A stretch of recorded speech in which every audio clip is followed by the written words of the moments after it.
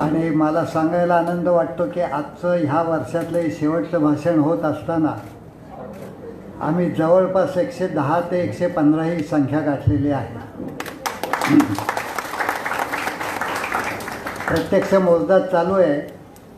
मुलांना तुम्हाला माहिती आहे की खाणेसुपारी झाल्यानंतर प्रत्यक्ष लोकसंख्या किती याची आकडेवारी सरकारकडनं मिळायला 1-2 वर्ष लागतात.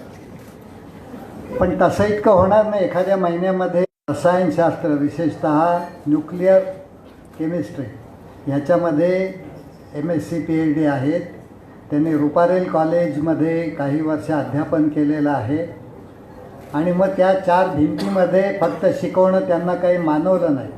तो अधिक मोठ्या परिसरामध्ये जावं असं ठरवून त्या मराठी विज्ञान परिषदेमध्ये आल्या. कार्यवाह म्हणून त्यांनी अनेक नवीन कार्यक्रम सुरू केले. तेही क्षेत्र त्यांना अपूर्व वाटू लागलं आणि त्यामुळे त्यांनी स्वतःची अशी एक नवीन संस्था स्थापन केली ज्याचं नाव कन्सेप्ट अनलिमिटेड. अनलिमिटेड या शब्दामध्येच तुमच्या लक्षात येईल की स्कोप हवा तेवढा वाढवता येईल. आणि त्यान्वये महाराष्ट्रातल्या सुद्धा अनेक मुलांपर्यंत त्यांनी हे विज्ञान पोहोचवलेलं आहे. त्यांच्या परीक्षांमध्ये ती मुलं भाग घेतात. मुंबईमध्ये येऊन त्यांच्यासाठी त्या कार्यक्रम करतात वर्षाअखेरीला. ह्या पद्धतीचे कार्यक्रम करतात. त्यांची स्वतःची लॅबोरेटरी दादरमध्ये. तुम्ही मुलांनी त्याचा फायदा घेतला पाहिजे जरूर. त्याच्याशिवाय लेख, भाषणं, चर्चा परिसंवादामध्ये भाग असं हे बहुअंगी, बहुढंगी, बहुरंगी असं व्यक्तिमत्व आहे. तेव्हा फार प्रस्तावनेमध्ये वेळ न घालवता मी शरद काळे यांना त्यांचं स्वागत करायची विनंती करतो.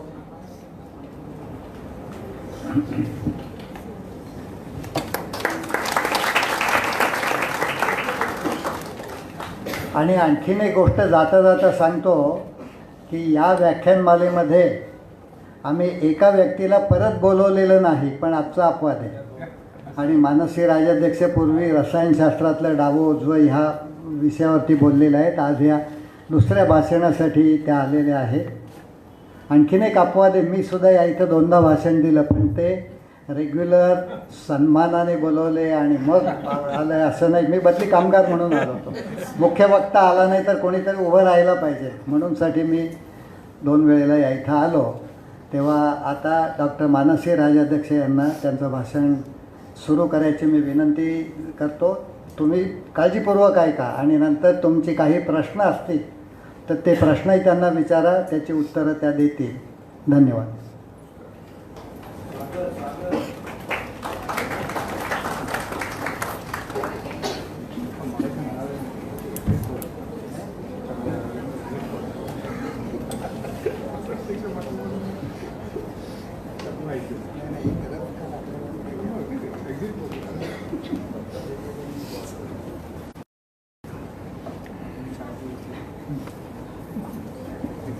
धन्यवाद अप्पा.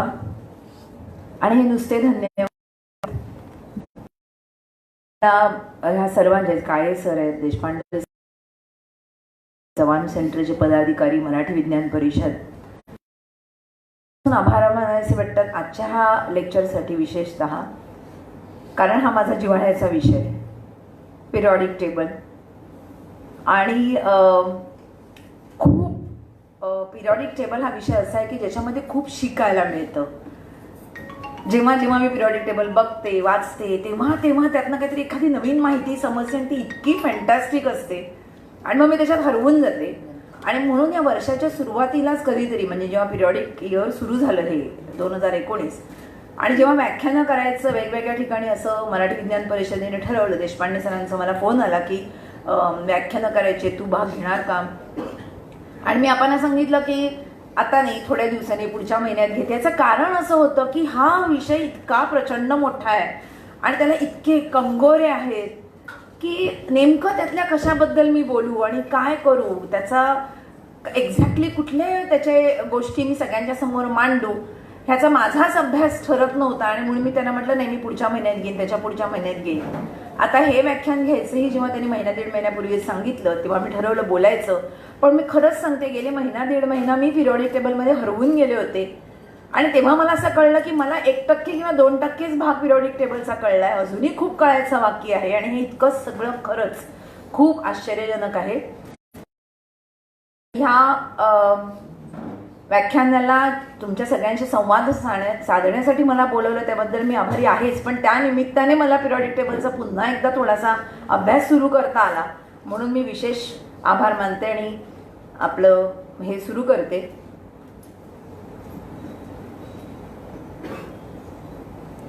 ह्याची जागा बदलली आहे. ठीक आहे. आश्चर्यजनक आवर्तनं मूलद्रव्यांची. तर ह्याच्यामध्ये आश्चर्यजनक हा शब्द, आश्चर्य हा शब्द आपण कधी वापरतो तर जेव्हा एखादी गोष्ट मुद्दामून आपण करत नाही, ती आपोआपच घडते आणि आपल्या समोर येते, आणि जेव्हा ती आपल्याला आनंद देते, आपल्याला काहीतरी नवीन शिकवते, काहीतरी नवीन अनुभव देते, तेव्हा आपण म्हणतो आश्चर्यकारक घडलं, आश्चर्यजनक आहे. आणि आवर्तन म्हणजे काय?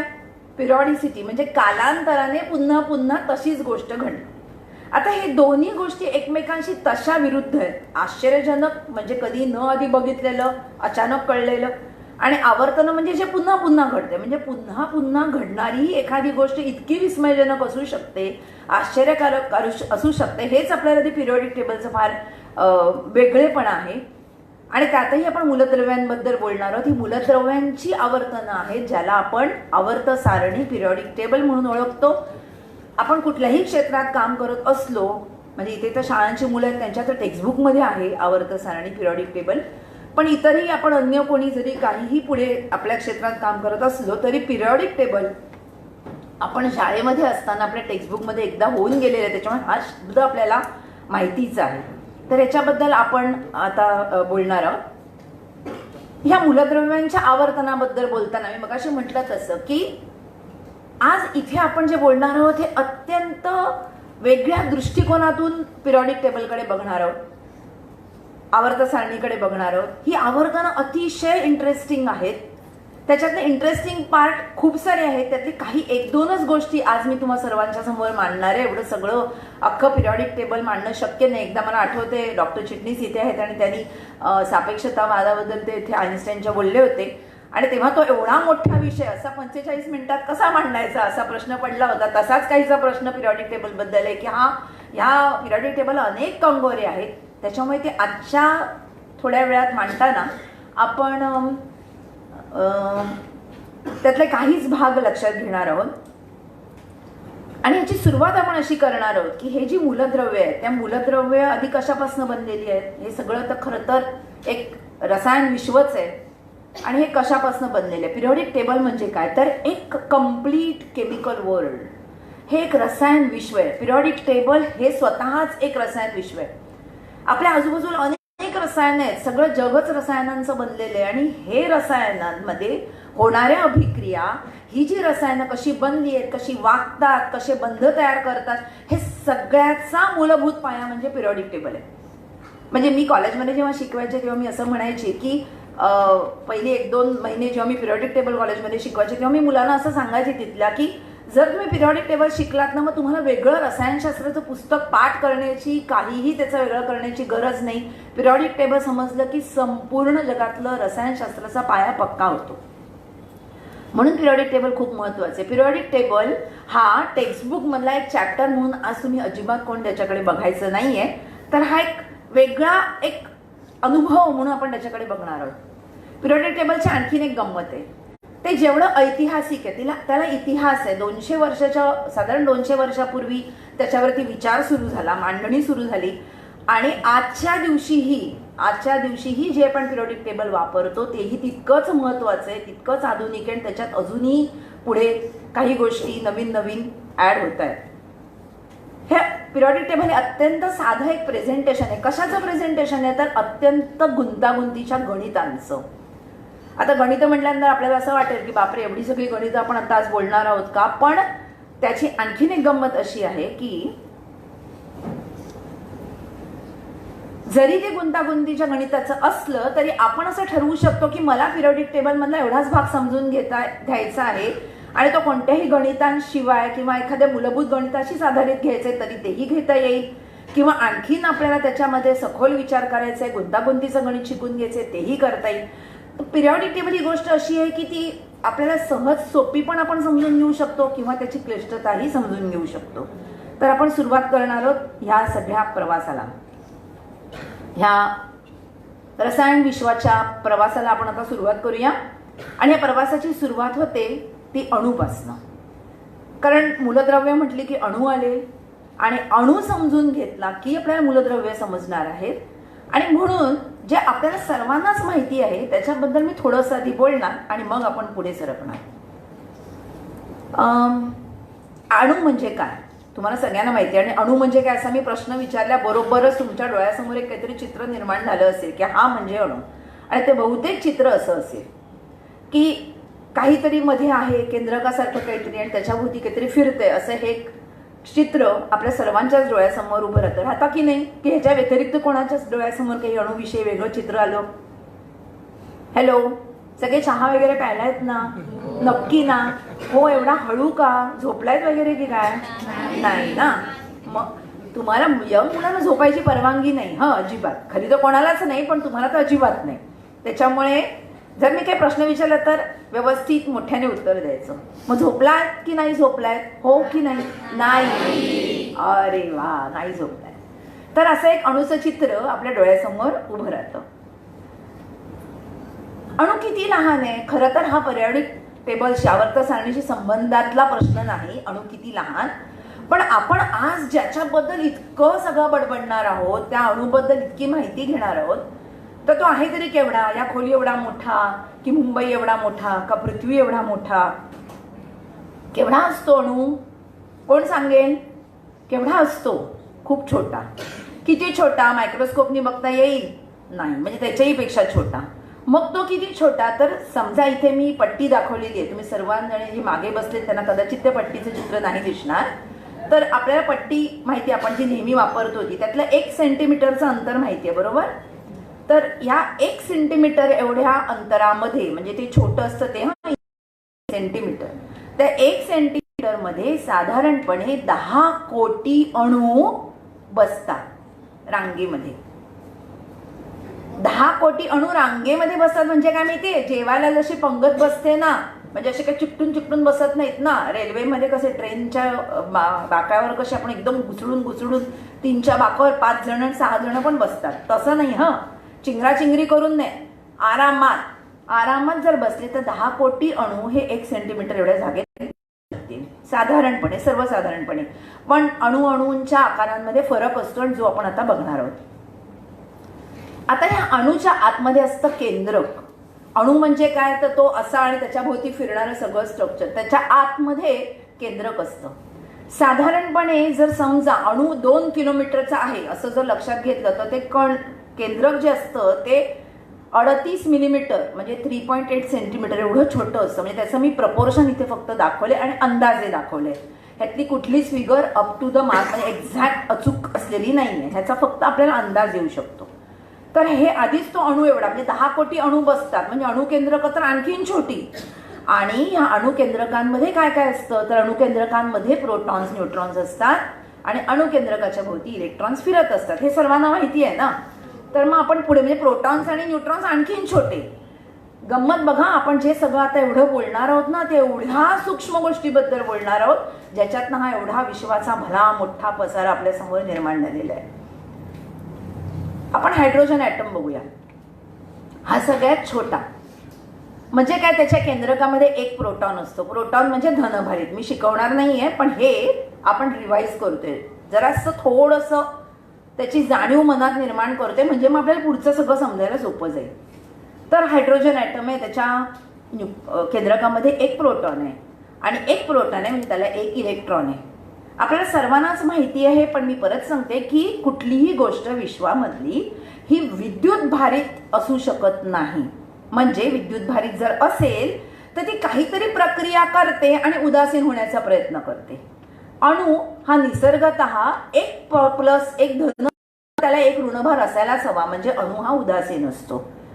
आणि अणू जेव्हा भारित होतो, धनभारित किंवा ऋणभारित होतो, तेव्हा त्याला अणू म्हणत नाही, तेव्हा त्याला आयन असं म्हणतात. आणि आपल्याला माहिती आहे, आणि आयन असतात ते काय, मग बंध तयार करतात, मग त्याच्यातनं संयुग निर्माण होतात. पण जेव्हा अणू अणूच्या स्वरूपात असतो तेव्हा जेवढे धनभारित कण तेवढेच ऋणभारित कण त्याच्यात असतात. आता हा इलेक्ट्रॉन आहे. आपण हिलियमकडे वळूया. हा आहे हिलियम. हिलियम मध्ये 2 प्रोटॉन्स, 2 इलेक्ट्रॉन्स, आणि आत्ताच मी म्हटलं जेवढे प्रोटॉन तेवढे इलेक्ट्रॉन. जर 2 प्रोटॉन आहेत तर त्याला 2 इलेक्ट्रॉन असायलाच पाहिजेत, बरोबर. आणि त्याच्याबरोबर आणखीनही तिथे 2 निळे डॉट दिसत आहेत, आणि ते आहे 2 न्यूट्रॉन. त्याच्या केंद्रकामध्ये, हिलियमच्या केंद्रकामध्ये 2 प्रोटॉन बरोबर 2 न्यूट्रॉनही असतात. ठीक आहे, आपण आता पुढे जाऊया. सोडियमचा ॲटम मी घेतला, सोडियमचा अणू. त्याच्यामध्ये केंद्रकामध्ये 11 प्रोटॉन्स आहेत, 12 न्यूट्रॉन्स आहेत, आणि 11 इलेक्ट्रॉन. जेवढे प्रोटॉन तेवढेच इलेक्ट्रॉन. न्यूट्रॉनची संख्या बदलू शकते, पण प्रोटॉन जेवढे असतात तेवढेच इलेक्ट्रॉन्स असतात. आता ह्या सगळ्या माहितीतून आपल्याला 2 गोष्टी कळणार आहेत. आपण 2 गोष्टींसाठी हे शिकतोय, किंवा हे पुन्हा एकदा आपण रिव्हिजन करतोय. अणुक्रमांक आणि अणुवस्तुमान, अणुचं वजन. ह्या 2 गोष्टी फक्त कळल्या की अख्खं पिरियॉडिक टेबल समजायला सोपं जातं. मग ह्या 2 गोष्टी कोणत्या आहेत? Hydrogen atom. परत एकदा आता मी असं म्हटलंय की ॲटम 1 म्हणजे अणु क्रमांक 1. एक प्रोटॉन आहे, जेवढे प्रोटॉन तो त्याचा नंबर. हायड्रोजन मध्ये 1 प्रोटॉन आहे, मग त्याचा अणु क्रमांक 1. ठीक आहे. मग वजन किती असेल त्याचं? ॲटॉमिक वेट, त्या अणूचं वजन किती? तर इथे मी असं म्हटलंय 1 AMU, 1 ॲटॉमिक मास युनिट. एका प्रोटॉनचं वजन हे 1 AMU ॲटॉमिक मास युनिट एवढं असतं. मी ग्रॅममध्ये बोलत नाहीये, कारण ती संख्या एवढी सूक्ष्म आहे की आपल्याला त्याची प्रत्येक वेळेला ती एवढी क्लिष्ट संख्या घेणं आणि त्याच्याबद्दल बोलणं हे कठीण होऊन जाईल. आणि म्हणून शास्त्रज्ञांनी ग्रॅमचं कन्व्हर्जन हे AMU मध्ये केलेलं आहे. आणि म्हणून इथे अणूचा वस्तुमान हायड्रोजनचं एका प्रोटॉनचं 1 AMU आहे. आता आपण हिलियम बघूया. हिलियमचा ॲटॉमिक नंबर 2, कारण 2 प्रोटॉन आहेत म्हणजे त्याचा अणुक्रमांक 2 आहे, बरोबर. आणि त्याचं अणुवस्तुमान किती असेल बरं? त्याच्या अणूचं वजन किती? तर त्याच्यामध्ये 2 प्रोटॉन्स आहेत आणि 2 न्यूट्रॉन्स आहेत आणि 2 इलेक्ट्रॉन्स आहेत. हायड्रोजनमध्ये पण 1 इलेक्ट्रॉन होता. हायड्रोजनमध्ये तुमच्यापैकी कोणी मला विचारलं नाही की हायड्रोजनचं आपण अणू जेव्हा वजन म्हटलं तेव्हा प्रोटॉनचं वजन 1 AMU, मग इलेक्ट्रॉनचं काय झालं? इलेक्ट्रॉनचं वजन मी का नाही धरलं? कोण सांगेल? काही कल्पना आहे तुम्हाला का धरलं नसेल? कारण त्याचं वजन इतकं सूक्ष्म आहे की ह्याचं जर 1 AMU आहे प्रोटॉनचं वजन, तर इलेक्ट्रॉनचं वजन 0.005 AMU इतकं सूक्ष्म आहे. आणि म्हणून आपल्यासाठी शिकण्यासाठी आपण असं म्हणतो की इलेक्ट्रॉनला वजन नाही. गंमत वाटते की नाही? मला तर हे बाबा सगळं फॅसिनेटिंग वाटतं, कारण ज्या गोष्टीला वजनच नाही, वस्तू आहे पण त्याला वजन नाही, आणि त्याच्याबद्दल आपण इतकं सगळं बोलणार आहोत. हे जे इलेक्ट्रॉन्स आहेत ह्यांची जेव्हा देवाणघेवाण 2 मूलद्रव्यांमध्ये होते तेव्हा रसायनं तयार होतात, संयुग तयार होतात. आणि हे जे इलेक्ट्रॉनची देवाणघेवाण आहे हे इलेक्ट्रॉननं मासच नाही आहे, आणि तरीही आपण त्यांच्याबद्दल इतकं सगळं आता बोलणार आहोत. मग हेलियममध्ये काय आहे? हिलियमचं काय आहे परिस्थिती? हिलियममध्ये काय आहे? 2 प्रोटॉन आणि 2 न्यूट्रॉन. 2 प्रोटॉन म्हणजे 2 AMU, 1 AMU आणि 1 AMU. न्यूट्रॉनचं काय? न्यूट्रॉनचंही वजन 1 AMU असतं, म्हणजे एका न्यूट्रॉनचं वजन 1 AMU, म्हणजे 2 प्रोटॉन 4 AMU. आणि इलेक्ट्रॉनचं वजन आपण लक्षातच नाही घेणार आहोत, म्हणजे ह्या अणूचं वजन आहे 4 AMU. आता आहे लिथियम. लिथियममध्ये 3 प्रोटॉन आणि 4 न्यूट्रॉन, म्हणजे वजन झालं 7 AMU आणि इलेक्ट्रॉन किती? 3. आता सोडियमचा अणुक्रमांक आहे 11, म्हणजे 11 प्रोटॉन. 11 प्रोटॉन आणि 12 न्यूट्रॉन म्हणजे 23 AMU हे त्याचं झालं वजन. सहज म्हणून दाखवते, ही 2 डायमेन्शनल फिगर आहे. हा खरा युरॅनियमचा अणू असा असत नाही, पण आपण असं फक्त मला एवढं इथे दाखवायचं होतं की 92 हा त्याचा अणुक्रमांक आहे. म्हणजे प्रोटॉन किती? अणुक्रमांक 92 म्हणजे प्रोटॉन किती? 92. अरे वा वा. आणि इलेक्ट्रॉन किती? 92. आणि त्याचं वजन आहे 238 AMU, म्हणजे न्यूट्रॉन किती? 238 वजा 92 एवढे न्यूट्रॉन म्हणजे 146 न्यूट्रॉन. तर असं हे सगळं आपल्याला अणुवस्तुमान आणि अणुवस्तुमानांक आणि अणु क्रमांक कळला. हे ॲटॉमिक नंबर म्हणजे काय आहेत माहिती? ॲटॉमिक नंबर म्हणजे खरी त्यांची ओळखपत्र आहेत अणूंची. आपला कसा आधार कार्ड नंबर असतो ना, आहे ना सगळ्यांचा आधार कार्ड? अरे वा, हो आहे. आधार कार्डचा आपला नंबर जर कुठे आपण बघितला तर हा नंबर म्हणजे हीच व्यक्ती, दुसरी असूच नाही शकत. तसं अणुक्रमांक 11 म्हणजे अणुक्रमांक 11 आहे पण एलिमेंट मात्र पोटॅशियम आहे असं असूच शकत नाही. अणुक्रमांक ही त्यांची आयडेंटिटी आहे. किती प्रोटॉन? 11 प्रोटॉन असते की तो सोडियमच, 1 प्रोटॉन असेल तर तो हायड्रोजनच, 3 प्रोटॉन असेल तर तो लिथियमच. ठीक आहे, आता पुढे सरकूया. आता आपण आलोय पिरियॉडिक टेबलकडे. आता आता हे आतापर्यंत आपण अणुक्रमांक अणुवस्तुमानांक शिकलो ते जरासं बाजूला ठेवूया, ते आपल्याला पुढे पुढे उपयोगी पडणार आहे. आपण आता इतिहासाकडे थोडंसं वळूया. हा इतिहास असा आहे की जेव्हा काही वर्षांपूर्वी, 150-200 वर्षांच्या पूर्वी, जेव्हा लोकांना मूलद्रव्य माहिती व्हायला लागली, वैज्ञानिकांचं लक्ष गेलं, मूलद्रव्य वापरात येत होती, तांबं असेल, सोनं असेल, अशी काही मूलद्रव्य त्यांच्या लक्षात आली आणि त्या मूलद्रव्यांबरोबर काही मूलद्रव्यांचे त्यांना अणुवस्तुमानांकही कळले, अणूंची वजनही त्यांना काढता आली. तेव्हाच्या परिस्थितीत जे काही त्यांच्याकडे अवेलेबल होतं, जे काही ज्ञान त्यांना होतं, जी काही टेक्निक्स त्यांच्याकडे होती, त्या तंत्रज्ञानानुसार त्यांना जी माहिती काढता आली त्याच्यानुसार त्यांना अणु होते. जे अणुवस्तुमानांक, जी वजनं कळली, ॲटॉमिक नंबर म्हणजे प्रोटॉन, न्यूट्रॉन, इलेक्ट्रॉन हा कन्सेप्टच नव्हता. कारण अशी काही अणूंची संरचना असते ह्याचंही वरती काम एका बाजूला चालू होतं पण त्याचं निश्चित असं स्वरूप कळलेलं नव्हतं आणि म्हणून लोकांनी अणूंची वजनं, वैज्ञानिकांनी त्यांची यादी केली, काहींनी नुसती यादी केली. ह्या डोबेरायनरनी काय केलं? हा आहे डोबेरायनरनी काय केलं तर त्यांनी जेव्हा ही सगळी मांडली अणूची मूलद्रव्य आणि त्यांची वजनं, तेव्हा त्याच्या असं लक्षात आलं की 3-3चा असा एक गट आहे, 3 मूलद्रव्यांचा असा गट आहे. उदाहरणार्थ लिथियम, सोडियम आणि पोटॅशियम ही 3 मूलद्रव्य. ह्या तिन्ही मूलद्रव्यांचे गुणधर्म अगदी एकसारखे आहेत. जसा एक वागतो तसेच बाकीचे दोघे वागतात. एकाने जर रिॲक्शन एखाद्या गोष्टीबरोबर केली तर दुसरी दोघे तशीच रिॲक्शन. हे सगळं लक्षात आल्यानंतर त्यांनी सारखे गुणधर्म असणारे तिघांना एकत्र आणलं आणि त्यांचे जेव्हा अणुवस्तुमान, अणुवजनं जेव्हा त्यांच्या समोर लिहिली तेव्हा त्याच्या लक्षात असं आलं की आधीचा म्हणजे छोटं वजन असलेलं आणि मोठं वजन असलेलं ह्यांचं जे ॲव्हरेज येतं, सरासरी येते, ते बरोबर मधल्याचं वजन आहे. म्हणजे लिथियमचं अणुवस्तुमान 7 AMU आहे, पोटॅशियमचं 39 AMU होतं, तर त्याला सोडियमचं 23 AMU मिळालं. 39 आणि 7 यांची जेव्हा सरासरी काढली, 39 अधिक 7 भागिले 2, तेव्हा त्याला ते 23 हा आकडा मिळाला. तसंच त्याला आणखीन 2-3 असे गट मिळाले की ज्याच्यामध्ये हे असं घडत होतं. सिद्धांत मांडला पण अर्थात हा काही फार पुढे उपयोगी पडला नाही. याचं कारण असं झालं की जी काही मूलद्रव्य तेव्हा माहिती होती ते सर्व मूलद्रव्यांना हे उपयोगी पडत नव्हतं, त्यातल्या काहीच गटांना हे उपयोगी पडत होतं. आणि विज्ञानाचा संकल्पना, विज्ञानाची कुठलीही संकल्पना किंवा सिद्धांत हा वैश्विकदृष्ट्या ऍक्सेप्ट केला जातो, मानला जातो जेव्हा तो सर्वकडे सारखाच असतो, तो सारखा बदलता कामा नये. एकदा सिद्धांत मांडला की तो मग सगळीकडे सारख्याच पद्धतीने असला पाहिजे. म्हणजे मुंबईमध्ये आपल्या मिठी नदीमध्ये पाणी H2O आहे आणि ॲमेझॉनमध्ये पाणी H3O आहे असं असू नाही शकत. जे काही एकदा मांडली गेलेली संकल्पना आहे ती सगळीकडे सारख्याच पद्धतीची पाहिजे. आणि म्हणून ह्याचा डोबेरायनरचा फार, ह्या त्रिकांचा सिद्धांत, ट्रायड्स, हा काही फार पुढे उपयोगी नाही पडला. मग अशीच वर्ष लोटली, लोक काम करत होती, तक्ते बनवत होती. पिरियडिक टेबलची आणखीन एक गंमत आहे. आतापर्यंत आता जे आपण इतिहास आता बघतोय त्याच्यात तुम्हाला असं लक्षात येईल की काही एका ठराविक एका पायरीपर्यंत, टप्प्यापर्यंत माहिती अवेलेबल आहे, जी माहिती मिळालेली आहे त्याच्यावरती तक्ते बनले. आपण शक्यतो असंच करतो, माहिती घेतो त्याच्यावर तक्ता बनवतो. पण पुढे पुढे असं झालं की तक्ता आधी बनला आणि मग त्याच्यामध्ये गोष्टी घातल्या गेल्या.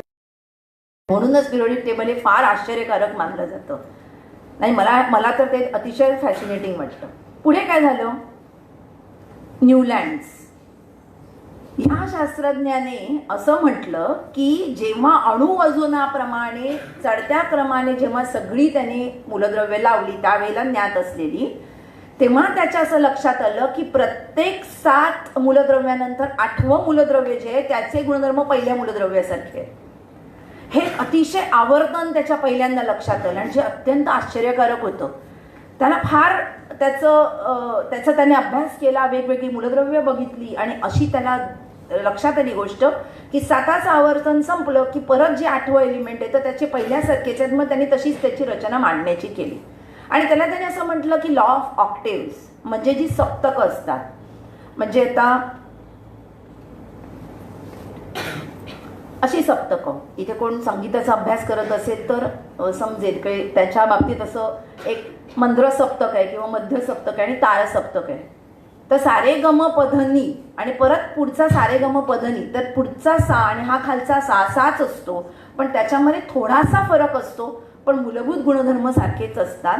अशा पद्धतीची मांडणी न्यूलँड्सने मांडली.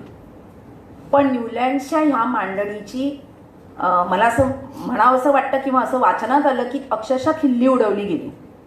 म्हणजे बाकीच्या वैज्ञानिकांनी काहीही हा बोलतोय, ह्याच्या बोलण्याला काही अर्थच नाही, अशा पद्धतीची टीका केली गेली. कारण असं घडलं की ह्या मांडणीमध्ये, मूलद्रव्यांच्या मांडणीमध्ये 40 अणुवस्तुमानांक असलेलं म्हणजे कॅल्शियम इथपर्यंतच ही मांडणी हे असं दाखवत होती की 7 झाल्यानंतर 8व्याचे परत गुणधर्म तसेच, परत 7 झाल्यानंतर 8व्याचे गुणधर्म तसेच. हे फक्त 40 वस्तुमानांकाप्रमाणे पर्यंत घडलं. त्याच्या पुढचे वस्तुमान असलेल्या मूलद्रव्यांच्या बाबतीत हे त्याला सिद्ध करता आलं नाही, त्याला तसं आढळलं नाही. आणि असं झाल्यामुळे इतर सर्व वैज्ञानिकांनी हा काही आहे असं ऑक्टेव्ह असूच शकत नाही वगैरे, अशी मांडणी असणंच बरोबर नाही किंवा अशी मांडणी असणारच नाही, अशा पद्धतीचे काही त्याच्यावरती टीका केली गेली आणि म्हणून हे त्यावेळेला लोकांनी ॲक्सेप्ट केलं नाही. नंतर 17 फेब्रुवारीमध्ये बऱ्याच घटना घडल्या, बऱ्याच वैज्ञानिकांनी बरेच कामं केलेली आहेत, ती अतिशय मनोरंजक आहेत, वाचण्यासारखी आहेत. तुम्ही जरूर गुगल करत असाल, मांडणी बघा, कशा पद्धतीने त्याच्यावरती संशोधन झालं, हे खूप वाचण्यासारखं. मी एका महत्त्वाच्या टप्प्याकडे येते. 17 फेब्रुवारी 1869. चिटणीस सर, मला ही डेट गुगलवर मिळाली, योग्य आहे की नाही सर सांगू. तर 1869 साली ही first form of periodic table, आज जी आपण आवर्त सारणी बघतो त्याचा पहिला फॉर्म मांडला गेला आणि त्याला 150 वर्ष 2019 मध्ये पूर्ण झाली आणि म्हणून आपण पिरियॉडिक टेबल आवर्त सारणी वर्ष यावर्षी सेलिब्रेट केलं. त्याने कशी मांडणी केली, त्यानेही तशीच केली. एकापासून 6 आणि 7 स्तंभ आखले आणि मग आडव्या ओळी होत्या, त्याच्यामध्ये इथे लिथियमने सुरू झालेली आडवी ओळ इथे फ्लोरीनला संपते, मग सोडियमने सुरू झालेली ओळ क्लोरीनला संपते, इथे लिथियम, सोडियम, पोटॅशियम, रुबिडियम हे सगळेजण सारखे गुणधर्म असलेले एका उभ्या स्तंभामध्ये आले. आणि अशा प्रकारची आडव्या ओळी आणि उभे स्तंभ अशा प्रकारची रचना त्याने मांडली आणि जी अतिशय योग्य ठरली. याचं कारण असं झालं की इथे तुम्हाला रिकाम्या जागा दिसेल. इथे एक रिकामी जागा आहे बघा, इथे 2 रिकाम्या जागा आहेत, इथे एक आहे, इथे एक आहे, इथे एक आहे. ह्या जागा ह्यानेच म्हणजे मेंडेलिव्हनेच, हा मेंडेलिव्ह आहे, मेंडेलिव्हनेच ह्या जागा सोडल्या आणि ह्या जागेचे जागा व्यापणारं मूलद्रव्य कुठेतरी आहे जे अजून शोधलं गेलेलं नाहीये. म्हणजे त्याचा शोध लागला की त्याला इथे जागा झाली. हे पहिल्यांदाच असं घडलं किंवा घडतं की माहिती अजून पूर्ण मिळालेली नाहीये. असाही तक्ता आहे, तक्त्यामध्ये अशाही जागा आहेत की जी शोधलं जाणार आहे आणि शोधल्या गेल्या बसणार आहे आणि त्याच्यानंतर काही वर्षांनी ती शोधली गेली मूलद्रव्य आणि ती त्या जागी अचूक बसली. आणि म्हणून ही जी आवर्त सारणी आहे ती सगळ्यांनी ऍक्सेप्ट केली की ही आवर्त सारणी, हा तक्ता बरोबर आहे. मग इथे हा विषय संपला का?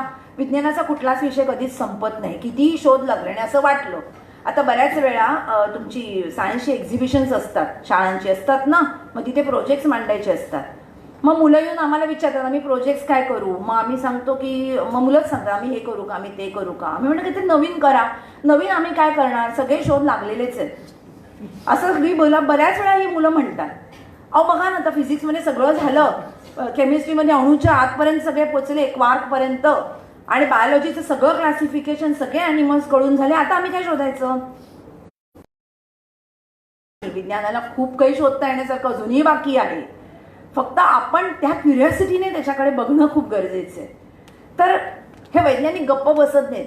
ह्याच्यानंतर मेंडेलिव्हच्या खाली अजून एक फोटो आपल्याला दिसतो, लोथर मेयर. त्यानेही त्याच वेळेला तशीच मांडणी केली, पण वेगळ्या जागी, पृथ्वीवरती वेगळ्या जागी त्याने ही मांडणी केली. ह्या दोघांचीही ही मांडणी योग्य ठरली, पण लोक गप्प बसली नव्हती. ह्याच्या पुढचा काम चालू होतं. आणि आता गंमत अशी झाली होती, आजपर्यंतची मांडणी कशी होती, अणुवस्तुमानावरती होती.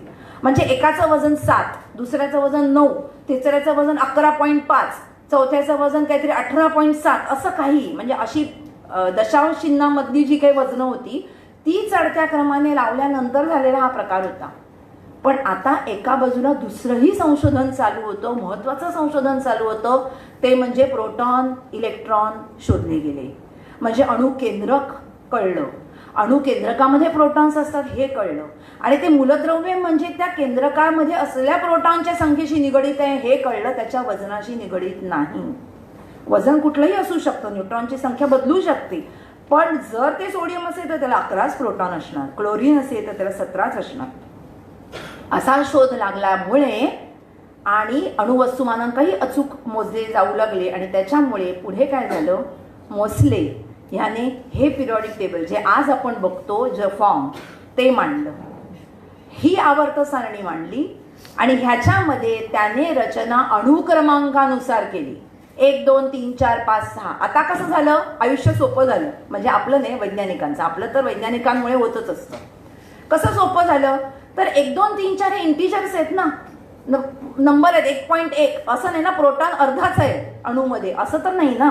त्याच्यामुळे ते इंटिजरमध्ये आले. म्हणजे 1 क्रमांकाचा अणू, 2 क्रमांकाचं मूलद्रव्य, 3 क्रमांकाचं मूलद्रव्य, असे त्यांना क्रमांक मिळाले. आणि शोधणंही सोपं गेलं. समजा 62 नंबरचा 61 नंबरचा अणू आहे आणि 63 नंबरचा आहे, म्हणजे 62वा मिसिंग आहे हे आता नक्की कळलेलं होतं. आणि त्याच्यानुसार जी मूलद्रव्य त्या काळी कळली नव्हती त्यांचे शोध सुरू झाले. आता आपण आवर्त सारणीबद्दल बोलूया. आतापर्यंत आपण इतिहासाबद्दल बोललो. मेंडेलिव्हनी काय केलं, तो म्हणाला की प्रत्येक ओळीमध्ये थोडा थोडा बदल होत जातो, पण उभे जे स्तंभ आहेत त्यांच्या सगळ्यांचे गुणधर्म सारखे असतात. पण त्याचं मेंडेलिव्हचं जे पिरियॉडिक टेबल होतं ते वजनाशी संबंधित होतं. मोस्लेने ते ॲटॉमिक नंबर, अणुक्रमांकांशी संबंधित केलं. आणि म्हणून प्रिडिक्शन करता आलं, कुठलं हरवले म्हणजे कुठलं शोधायचं आहे एलिमेंट ते शोधता येण्याची सोय त्यांनी केली. आणि आता आपण हे प्रेझेंटेशन बघूया. हे modern periodic table with a complete long form आहे. म्हणजे हे आपल्या पुस्तकामध्ये असा किंवा कुठेही आपण जेव्हा जनरली पिरियॉडिक टेबलबद्दल वाचतो तेव्हा ह्याचं कारण असं आहे की ह्याच्यामध्ये हा जो गट आहे 14 मूलद्रव्यांचा हा गट आहे, 2 ओळी आहेत त्याच्यामध्ये. हा गट इथे मांडला जात नाही, तर तो तिथून काढून खाली मांडला जातो. कारण एवढं मोठं मांडणं आणि बघणं म्हणजे माझ्या नावाच्या आडनावाच्या सारखं आहे. ते राजाध्यक्ष, ते RAJADHY. म्हणजे मी जेव्हा कुठलेही फॉर्म भरले तेव्हा फॉर्म भरताना त्याचे ब्लॉक असतात ना, ते माझ्या आडनावाला कधीच पुरेसे नव्हते. मी त्याच्या बाहेर SHA लिहित राहिले. त्याच्यामुळे हे असं काहीच इकडे झालं आणि त्याच्यामुळे हे ब्लॉक काढून खाली मांडले गेले. आणि मग पिरियॉडिक टेबलने असा पद्धतीचा साधारण त्याची रचना ठरली. आता आपण पिरियॉडिक टेबल समजून घेऊया आणि त्याच्यामध्ये असणाऱ्या काही खूप साऱ्या विस्मयकारक गोष्टी आहेत, खूप साऱ्या इंटरेस्टिंग गोष्टी आहेत, खूप अमेझिंग फॅक्ट्स आहेत, माइंड ब्लोईंग आहे. आणि खरंच म्हणजे त्याच्यात आपण रमून जावं अशी गोष्ट आहे. पण आपण आज वेळेचं बंधन आपल्याला असल्यामुळे त्यातले काहीच गुणधर्म आपण बघणार आहोत. पण ह्याची आधी पहिली एक गंमत तुम्हाला सांगते. कारण शाळेमध्ये मला आता काल परवाच एका पालकांचा फोन आला होता. त्या असं मला म्हणाले, ते पेरेंट असं म्हणाले की बाकीच्या शाळांमध्ये ना पिरियॉडिक टेबल होऊन गेलं. पिरियॉडिक टेबल होऊन गेलं शिकवून, म्हणजे आम्ही अजूनही शिकतोच आहोत. आम्ही अजूनही रोज एक एलिमेंट काढून मी अरे बाबा असं कसं, याचं स्थान कुठलं पिरियॉडिक टेबलमधलं वगैरे असं बघत असते आणि नवीन नवीन माहिती त्यातनं कळते. आणि त्या पेरेंटनी मला असं सांगितलं, हो बाकीच्या शाळांमध्ये ना पिरियॉडिक टेबल शिकवून झालं, पण तर तुम्ही जरा हिचं करून घ्याल का? म्हणजे मी करून घेईन, पण मी आयुष्यभर करून घेणार. कारण पिरियॉडिक टेबल हे आयुष्यभर करून घेण्याचीच गोष्ट आहे. अर्थात तुम्हाला शाळेचा सिलेबस संपवायचा असतो आणि परीक्षेच्या मार्कांसाठी काही अभ्यास करायचा असतो, तेव्हा तुम्ही थोडाच अभ्यास करणार. पण जर जमलं तर पिरियॉडिक टेबल जितक्या वेळा आयुष्यात वाचता येईल आणि जितक्या पद्धतीने वाचता येईल ते जरूर वाचा. तर आता काय एक अणू आहेत आणि वरती मी एक इथे अणुकेंद्रक आहे आणि पहिलं ऑर्बिट आहे, पहिली कक्षा. अणू इलेक्ट्रॉन फिरतात केंद्रकाच्या भोवती, ते कक्षेत फिरतात. इथे मी एक गोष्ट मुद्दामून मला सांगायची आहे, जी सर्वांच्याचसाठी इंटरेस्टिंग आहे आणि जी मला नेहमी सतत भान त्याचं ठेवावंसं वाटतं, की ह्याच्या कक्षा आहेत ना, या आधी कक्षा आणि मग इलेक्ट्रॉन नाही आहे. म्हणजे असं नाही आहे की इथून दादरपर्यंतचा रस्ता आधी बांधलाय मग त्याच्यावरून आपण जातो, असं नाही आहे. जेव्हा तिथे इलेक्ट्रॉन फिरतो त्याला कक्षा असं म्हणतात. इलेक्ट्रॉनला कोणी असं नाही सांगितलंय, ए बाबा इलेक्ट्रॉन थांब, इथे मी असं बांधलं, आताच जा आणि फिर त्याच्यात, असं नाहीये. कोण त्या अणूला हातात घेणार आणि त्याच्याभोवती कक्षा बांधणार आणि मग इलेक्ट्रॉनला सांगणार जा बाबा कक्षेत, असं नाहीये. कक्षा आहेत, पण जेव्हा इलेक्ट्रॉन तिथे असतो तेव्हा ती कक्षा असते, जेव्हा इलेक्ट्रॉन तिथे नसेल तर ती कक्षा नसते. तर ही पहिली कक्षा आहे ज्याच्यामध्ये फक्त 2 इलेक्ट्रॉन मावू शकतात आणि म्हणून पहिल्या ओळीमध्ये पिरियॉडिक टेबलच्या 2च अणू आहेत, हायड्रोजन आणि हिलियम.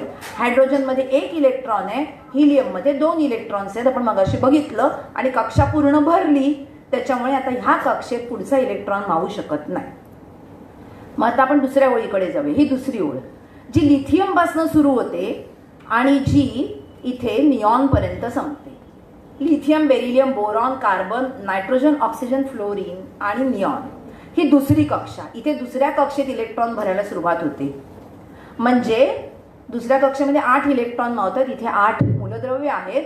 लिथियममध्ये दुसऱ्या कक्षेतला पहिला इलेक्ट्रॉन जातो, बेरिलियममध्ये दुसरा इलेक्ट्रॉन जातो, असं होत होत निऑनपर्यंत ही कक्षा पूर्ण भरते. आता तुमच्या लक्षात येतंय का, आडव्या ओळी म्हणजे कक्षा भरती आहे थोडक्यात. आणि जेव्हा नवीन ओळ सुरू होते तेव्हा नवीन कक्षा भरली जाते. कळतंय मी काय म्हणते ते? म्हणजे लिथियम दुसऱ्या कक्षेत, आता तिसरी ओळ, तिसरी कक्षा तिकडे सुरू झालेली आहे. सोडियम मध्ये पहिला आहे, तिसऱ्या कक्षेतला पहिला इलेक्ट्रॉन सोडियमचा आहे आणि त्याच्यानंतर ती ओळ भरत जाणार आहे. असं करत करत चौथी ओळ म्हणजे चौथी कक्षा, पाचवी ओळ म्हणजे पाचवी कक्षा भरली जाणार, सहावी ओळ म्हणजे सहावी कक्षा भरली जाणार, सातवी ओळ, सातवी ओळ म्हणजे सातवी कक्षा भरली जाणार. ठीक आहे. आता तुमच्या आणखीन एक गोष्ट लक्षात येईल की ते कक्षांचा आकार वाढत वाढत जातोय. आकार मोठा झाल्यामुळे त्याच्यामध्ये जास्त जास्त इलेक्ट्रॉन्स मावणार आहेत आणि मग हे सगळं होत होत शेवटी सातवी कक्षा, आजपर्यंत जी मूलद्रव्य आपल्याला माहिती आहेत 118 पर्यंत माहिती आहेत ना, 118 पर्यंत जी मूलद्रव्य माहिती आहेत त्यांचे सगळ्यांचे इलेक्ट्रॉन्स या सातव्या कक्षेपर्यंत पूर्ण भरलेले आहेत. आता ह्याच्या पुढचा जेव्हा शोध लागेल, पुढचं 119वा एलिमेंट, तेव्हा काय होईल, 8वी ओळ पिरियॉडिक टेबलमध्ये ऍड करावी लागेल, कारण आता 7 कक्षा पूर्ण भरलेल्या आहेत. आणखीन एक गमतीचा भाग आहे जो आपण आता पुढच्या स्लाइडमध्ये बघूया. आपण आता ओळींबद्दल बोलणार आहोत. आता ही आडवी ओळ, याला पिरियड असं म्हणतात, आवर्तन असं म्हणतात. हे दुसरं जे आवर्तन आहे ते मी घेतलंय, म्हणजे lithium, beryllium, boron, carbon, nitrogen, oxygen, fluorine आणि निऑन, म्हणजे 10 पर्यंत भरणार. बरोबर. नंतर आहे 11वं सोडियम, ह्याच्यामध्ये तिसऱ्या कक्षेतला पहिला इलेक्ट्रॉन जाणार. बरोबर. तर आपण हे उभे आणि आडव्या ओळी ह्याच्यामधले काही एलिमेंटची मी अणुक्रमांक मांडलेले आहेत. उदाहरणार्थ हे शेवटचं मांडलेलं आहे, शेवटचं मांडलेलं आहे ही जी ओळ उभा स्तंभ आहे तो. या उभ्या गटामध्ये सगळ्या ज्या त्यांना इनर्ट गॅसेस म्हणतात, कारण तिथे कक्षा पूर्ण भरते. मी मगाशी काय म्हटलं, इलेक्ट्रॉन्स देवाणघेवाण करतात. का देवाणघेवाण करतात? अणूंचा वेळ जात नाही. बरोबर. अणूंना कंटाळा येतो, काय एकटंच बसून करायचं, चला आपला वेळ जात नाही, मग काय करूया, जाऊया कुठेतरी आणि एक आपलं कंपाऊंड फॉर्म करूया. असं घडत असेल का? असं फक्त माणसं करतात, वेळ जात नाही म्हणून उगाच टाइमपास म्हणून इकडे जा तिकडे जा. अणू असं करत नाही, निसर्गात असं कधीही घडत नाही. काहीतरी कारण असल्याशिवाय उगाच उठून कुठलीही क्रिया होत नाही. त्याच्यामुळे उद्देश असा असतो की सर्वात बाह्यतम कक्षा जी आहे तिथे 8 इलेक्ट्रॉन असले पाहिजे आणि सर्व जी धडपड चालते ती त्याच्यासाठी चालते. कोणाकडे एकच इलेक्ट्रॉन बाहेर असतो, कोणाकडे 2 इलेक्ट्रॉन बाहेर असतात, कोणाकडे 3 असतात, 4 असतात, 5 असतात, 6 असतात, म्हणजे 2 कमी असतात 8ला. मग तोही प्रयत्न करतो ते 2 इलेक्ट्रॉन मिळवण्याचा किंवा ते 6 देऊन टाकण्याचा, जे काय करता येईल. असं करत करत शेवटी जेव्हा 8 असतात म्हणजे हे सगळे शेवटचे. हे 2 पासनं इथे जे खाली खाली खाली जातात त्यांच्या सगळ्यांच्या सर्वात बाहेरच्या कक्षेत 8 इलेक्ट्रॉन आहेत आणि त्याच्यामुळे त्यांना कुठेही जाऊन काहीतरी रसायनं तयार करण्याची गरज नाही आणि म्हणून त्याला निष्क्रिय वायू असं म्हणतात. आता आपण गंमत बघू. लिथियम आहे, त्याच्या दुसऱ्या कक्षेत पहिला इलेक्ट्रॉन, बेरिलियमच्या कक्षेत 2 इलेक्ट्रॉन, बोरॉनच्या कक्षेत 3. कक्षा तीच राहते. म्हणजे याचा अर्थ ओळींमध्ये कक्षा तीच राहते, कक्षा बदलत नाही. ह्याचा पुढे मी सर्व तुम्हाला एक मस्त माझंच उदाहरण पुढे सांगणार आहे. हे लक्षात ठेवा की कक्षा तीच राहते. आता आपण उभ्या स्तंभाबद्दल बोलूया. हा उभा स्तंभ पहिलाच हा आहे अल्कली मेटल्स. यांना अल्कली मेटल्स असं म्हणतात. Lithium, sodium, potassium, rubidium, caesium and francium. मी पहिला घेतला नाहीये, हायड्रोजन आहे नंबर 1. हायड्रोजन ह्या गटामध्ये धरला जात नाही, तो गॅशस आहे, वायुरूप आहे, त्याचे गुणधर्म थोडे वेगळे आहेत आणि म्हणून 3 पासून 87 पर्यंत हा अल्कली मेटल्सचा ग्रुप. आता हा ग्रुप कसा आहे बघा. मी एक खरी ही उभी ही जी मी इथे असं उभं करून लावलंय कारण आपल्याला अणू कसा मोठा मोठा होत जातो त्या ग्रुपमध्ये ते कळावं. हा पहिला मी इथे दाखवला हायड्रोजन आहे, हा लिथियम आहे. आता लिथियमचा आकार इकडे वाढला, मोठा झाला आणि त्याच्यामध्ये सगळ्यात बाहेरच्या कक्षेत 1 इलेक्ट्रॉन आला. त्याच्या पुढे सोडियम, सोडियमला आणखीन एक कक्षा वाढली, आतल्या कक्षा भरलेल्या आहेत, सगळ्यात बाहेरच्या कक्षेत 1 इलेक्ट्रॉन. आपण जर पुढे पुढे जात राहिलो तर पोटॅशियम, रुबिडियम, सीझियम आणि फ्रान्शियम.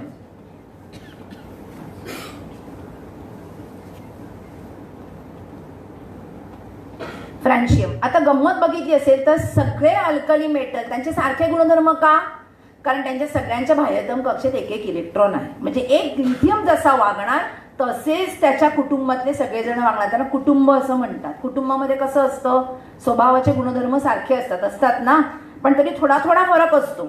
आपण असं म्हणतो माझा स्वभाव अगदी माझ्या आईसारखा आहे किंवा त्याचा स्वभाव अगदी त्याच्या वडिलांसारखा आहे, पण अगदी वडिलांसारखा असत नाही, थोडासा फरक असतो. आणि म्हणून ते एका कुटुंबातले लोक असतात, त्यांचे बरेचसे गुणधर्म सारखे असतात. तसे यांचे बरेचसे गुणधर्म सारखे आहेत, थोडा थोडा फरकही आहे. फरक कशामुळे आहे? त्यांचा आकार वाढत गेलेला आहे. आकार वाढत जातो तेव्हा काय होतं? आता इथे एक मला गमतीची गोष्ट, जर सुसंगत विचार करूया. हा अणुकेंद्रक आहे, इथे पहिलं ऑर्बिट आहे, इथे दुसरं आहे, इथे तिसरं आहे. ही जी कक्षा आहे ही या अणुपासनं अंतर लांब लांब जात राहते. ह्या अणुमध्ये जे प्रोटॉन्स आहेत, धनभारित कण आहेत, त्यांचं अट्रॅक्शन, त्यांचं आकर्षण, ते ह्या इलेक्ट्रॉनना आकर्षणापायी स्वतःच्या भोवती फिरवत ठेवतात. बरोबर. आता काय होतं, हे जे प्रोटॉन आहेत त्यातला हा इलेक्ट्रॉन याला खाली आहे आणि 7व्या ऑर्बिट मधला जो इलेक्ट्रॉन आहे त्याचं आकर्षण म्हणजे न्यूक्लियसचा किंवा अणुकेंद्रकाचा जो प्रभाव शेवटच्या 7व्या ऑर्बिटवरती कक्षेवरती आहे तो कमी आहे, असणार ना, कारण तो दूर आहे. बरोबर. आपण जेव्हा लहान असताना लहान मुलं आईबरोबर बागेत खेळायला जातात तेव्हा आई म्हणजे माझ्या जवळपास राहा, लांब जाऊ नको. कारण लांब मूल गेलं, माझ्या आवाक्याच्या पलीकडे गेलं की ते कुठे पटकन पळून जाईल, कुठल्या घसरगुंडीवर जाऊन पटकन बसेल सांगता येत नाही ना. आणि म्हणून माझ्या जवळपास राहा. माझ्या जवळपास राहा म्हणजे काय, माझा ताबा राहील. तसं या अणुकेंद्रकांचा ताबा जवळच्या इलेक्ट्रॉनवर जास्त आहे. जसजसा आकार वाढायला लागतो तसतसा त्यांचा ताबा बाहेरच्या इलेक्ट्रॉनवरती कमी होतो. साहजिकच हे सगळे खूप रिॲक्टिव्ह आहेत अल्कली मेटल्स. का रिॲक्टिव्ह आहेत? एकच इलेक्ट्रॉन आहे. समोर कोणीतरी जर 1 इलेक्ट्रॉन घेणारा आला, कोणीतरी म्हणजे वाणी नव्हे की बाबा मला दे रे तुझा 1 इलेक्ट्रॉन, हा घे माझ्याकडचे 2 प्रोटॉन, असं नसतं. समोर एखादं मूलद्रव्य आलं की ज्याला इलेक्ट्रॉन हवा आहे तर हे पटकन देऊन रिकामे होतात, म्हणजे ते रिॲक्टिव्ह आहे, अतिशय रिॲक्टिव्ह, अभिक्रिया पटकन करतात. आणि जेवढा मोठा अणू तेवढा तो जास्त पटकन अभिक्रिया करतो. कबूल आहे? आता कसं ते बघूया. मी फ्लेम टेस्ट बद्दलही बोलते, पण त्याच्या आधी एक ही आपण फिल्म बघणार आहोत. ह्याच्यामध्ये एक रिॲक्शन दाखवलेली आहे. हे जे आहेत ना लिथियम, सोडियम, पोटॅशियम, हे ना पटकन पाण्याबरोबर पण अभिक्रिया करतात आणि काय तयार करतात? Alkali. Lithium hydroxide, sodium hydroxide, potassium hydroxide, माहिती आहे तुम्हाला हायड्रॉक्साईड. पाण्याचा संपर्क आला की त्याची रिॲक्शन सुरू होते. हवेतल्या दमटपणाही वाढला तरी त्यांची रिॲक्शन सुरू होते आणि ती एक्झोथर्मिक आहे. म्हणजे काय आहे? उष्णता निर्माण होते, प्रचंड उष्णता निर्माण होते. कशी आपण आता या फिल्ममध्ये बघूया. सगळ्यांनी ही फिल्म लक्ष देऊन बघा, खूप मस्त फिल्म आहे.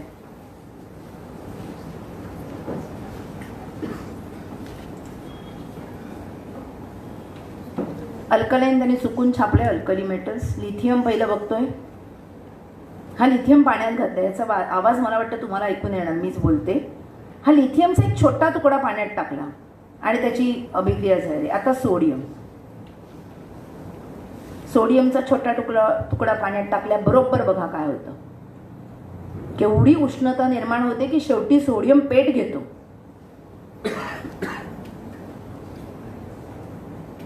आणि सोडियम हायड्रॉक्साईड तयार होतं.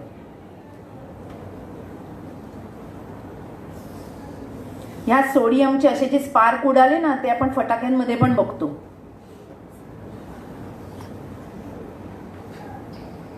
हा स्लो मोशन मध्ये सोडियम.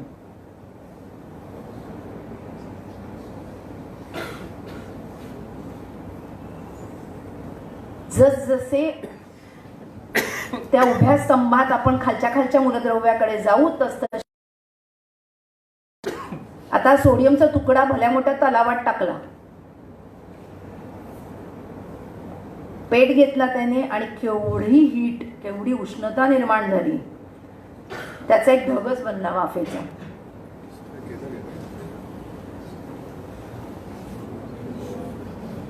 पोटॅशियम म्हणजे ते टच झाल्या क्षणीच. आता ह्याच्या पुढचं जे आहे ना, ते तर पाण्याच्या जवळ गेलं तरीच पेटतं. पाण्याला स्पर्श करायच्या आधी रुबिडियम हे बघा, घालायच्या आधीच पेटतं ते, त्याच्या संपर्कात आलं रे आलं की. आता रुबिडियम त्यांनी पाण्यात टाकून बघितलंय. हे प्रयोग तुम्ही करून बघू नका, आता तुम्हाला रुबिडियम मिळणार पण नाही कुठे प्रयोग करायला. सिझियम, फुटूनच गेलं ते भांड उष्णतेने. मोठा सिझियम टाकला.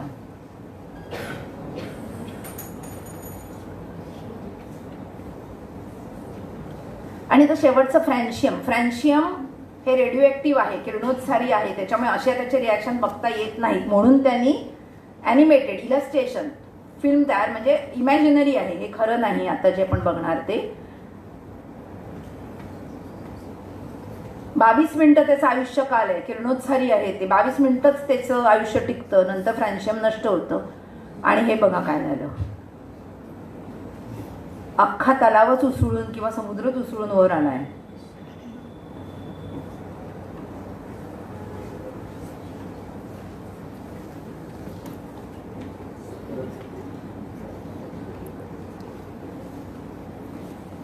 घाबरलात की काय असे सगळेजण असे बघत होते. आणि ह्यातलं सोडियम, मी जेव्हा प्रयोगशाळेत 11वी 12वीला जर सायन्सला तुम्ही गेलात तर तुम्हाला प्रयोग सोडियम घेऊन करायला मिळतो. म्हणून सोडियम ही सगळी धातू जेथे केरोसिन खाली किंवा पाण्यात म्हणजे पाण्याशी संपर्क येऊ देत नाहीत, अतिशय ड्राय कंडिशनमध्ये ठेवतात आणि ते घेऊन प्रयोग करता येतात. त्याची जी काळजी घेतली की ते घेऊन प्रयोगही करता येतो. मी स्वतः डोळ्यांनी बघितलाय सोडियम कसा टकटक करून फुटतो तो. बाकीचे बघू नाही शकले पण सोडियम बघितलं आणि खूप सुंदर आहे ते बघायला. तर अख्ख्या उभ्या स्तंभामध्ये काय होतं, जसजसा अणू मोठा होतो तसतशी त्याची रिॲक्टिव्हिटी वाढत जाते. आणि फक्त अल्कली मेटलच्या बाबतीत नाही आहे, संपूर्ण पिरियॉडिक टेबलमध्ये. म्हणून तर त्याला आवर्तन म्हणतात. संपूर्ण पिरियॉडिक टेबलमध्ये जे जे उभे ग्रुप आहेत त्यातला पहिला जसा वागतो तसे उरलेले सगळे वागतात. आणि डाऊन द ग्रुप जसजसे खाली जाल ग्रुपमध्ये तसतशी रिॲक्टिव्हिटी वाढायला लागते. हे कळल्यानंतर तुम्हाला फॉर्म्युले पाठ करायची गरज नाही. LiOH, KOH, NaOH, NaOH, KOH असे काहीतरी तुम्ही करताना मी बघितलेलं आहे. आणि मग तिथे परीक्षेच्या वेळेला नेमकं आठवत नाही NaOH की Na2OH की NaOH2 असा प्रश्न पडतो. तो पडू नये म्हणून आहे. एक LiOH होत असेल तर अख्ख्या ग्रुपमध्ये NaOH, KOH, CSOH जे कॅल्युबिडियम असंच फॉर्म्युला असणार, असंच घडणार. आणि ह्याच्याबद्दल आपल्याला शंका येण्याची गरज नाही, कारण इलेक्ट्रॉन त्यांचं काम चोख करतायत. प्रॉब्लेम आपल्याच लक्षात ठेवण्याचा आहे आणि जो पिरियॉडिक टेबल सुटू शकतो. आणखीन एक गंमत आहे अल्कली मेटलच्या बाबतीत. अल्कली मेटल जर निळ्या ज्योतीमध्ये जर धरले तर त्यांना ते ज्योतीला रंग देतात. का देतात त्यालाही कारण आहे, पण ते आता मी सगळं इथे स्पष्टीकरण देत बसत नाही. त्याचं कारणही त्या इलेक्ट्रॉनशीच संबंधात आहे. आणि म्हणून आणि आणखीन एक गोष्ट आहे की हे जेव्हा सगळे डाऊन द ग्रुप, हा जो रंग आहे ज्योतींचा हा डार्कर होत जातो, म्हणजे गडद होत जातो. बघायचं असेल बघूया आपण ती फिल्म, त्या ज्योतींची फिल्म बघूया. आमच्याकडे लॅबमध्ये आपण हा प्रयोग करायचो. आमच्या दादरच्या लॅबमध्ये आम्ही हे मुलांना करायला द्यायचो फिल्म टेस्ट, आणि ही कॉलेजमध्ये पण करायला मिळते. The flame test. मी जरा पुढे नेते ही. For the rest of the video, the other alkali metals are सोडियमने shown. सुरू झाली आहे. Orange flame. घरामध्ये मीठ आहे. मीठ तुम्ही पाहिजे तर गॅसवरती 2 तुकडे टाकून बघा गॅसच्या ज्योतीवर. पोटॅशियम ही अशी थोडीशी लालसर पिंकिश. रुबिडियम निळसर फ्लेम आहे. पर्पलिश किंवा अशी लव्हेंडरिश असं म्हणता येईल. सीझियम आणखीन डार्क निळी. तर पिवळ्यापासून निळ्यापर्यंत असा हा सगळा स्पेक्ट्रा वरपासून खालीपर्यंत जाताना आपल्याला दिसतो. या सगळ्या दाखवल्यात त्यांनी एकाच वेळेला. बऱ्याच वेळा काय असतं की अशाच्या फिल्म्स असतात त्या मॅनिप्युलेट म्हणजे This was the artificial flame colour test. घालून I hope करतात, you पण enjoyed. नेहमी ही खरी गोष्ट आहे की असे रंग दिसतात. ही सत्य गोष्ट आहे. कॉपर. आता आपण याच्यात नको जाऊया, ट्रान्झिशन एलिमेंटवरती गेले जे आपण आता बोलणार नाही. मी आता म्हटलं तसं LiOH घडलं तर NaOH घडणार, KOH घडणार, रुबिडियम हायड्रॉक्साईड असंच असणार, सीझियम हायड्रॉक्साईड असणार. फ्रॅन्शियम मी लाल रंगात दाखवलं किंवा अशी रिॲक्शन फ्रॅन्शियमची करणं कठीण आहे. मी म्हटलं तसं 22 मिनिट त्याचं आयुष्यकाल आहे. पण आपण आता काय करू शकतो, पिरियॉडिक टेबलमुळे आवर्त सारणीमुळे आपण प्रेडिक्ट करू शकतो की बाकीचे असे वागतात म्हणजे याचं असंच असणार. आणि ह्याचा वैज्ञानिकांना खूप फायदा होतो वेगवेगळ्या प्रयोगांसाठी की एखाद्या गटामधला अणू असा वागत असेल, मूलद्रव्य असं वागत असेल तर पुढचे असेच वागणार. आपण आता तो गट बघूया. हॅलोजेन्स शेवटचा 7वा. मी वरती 7A लिहिलंय. 7A म्हणजे ह्याच्या शेवटच्या ऑर्बिटमध्ये 7 इलेक्ट्रॉन्स असतात असं आपण आता लक्षात धरूया. आणि शेवटच्यांच्या इनर्ट गॅसेसचे 8. ह्यांची आपण हे परत फ्लोरीन, क्लोरीन, ब्रोमीन, आयोडाईन, ॲस्टॅटाईन पुन्हा त्यांचे आकार वाढत वाढत वाढत गेलेले आहेत. कलर्स बघा, पुन्हा त्यांचे कलर्स. आता तुम्ही म्हणाल हे चित्र आहे, चित्रामुळे असे कलर्स दिसत आहेत. प्रत्यक्षात सुद्धा ते असेच कलरफुल असतात. एक व्हिडिओ दाखवते आणि मग पुढच्या शेवटच्या भागाकडे येते.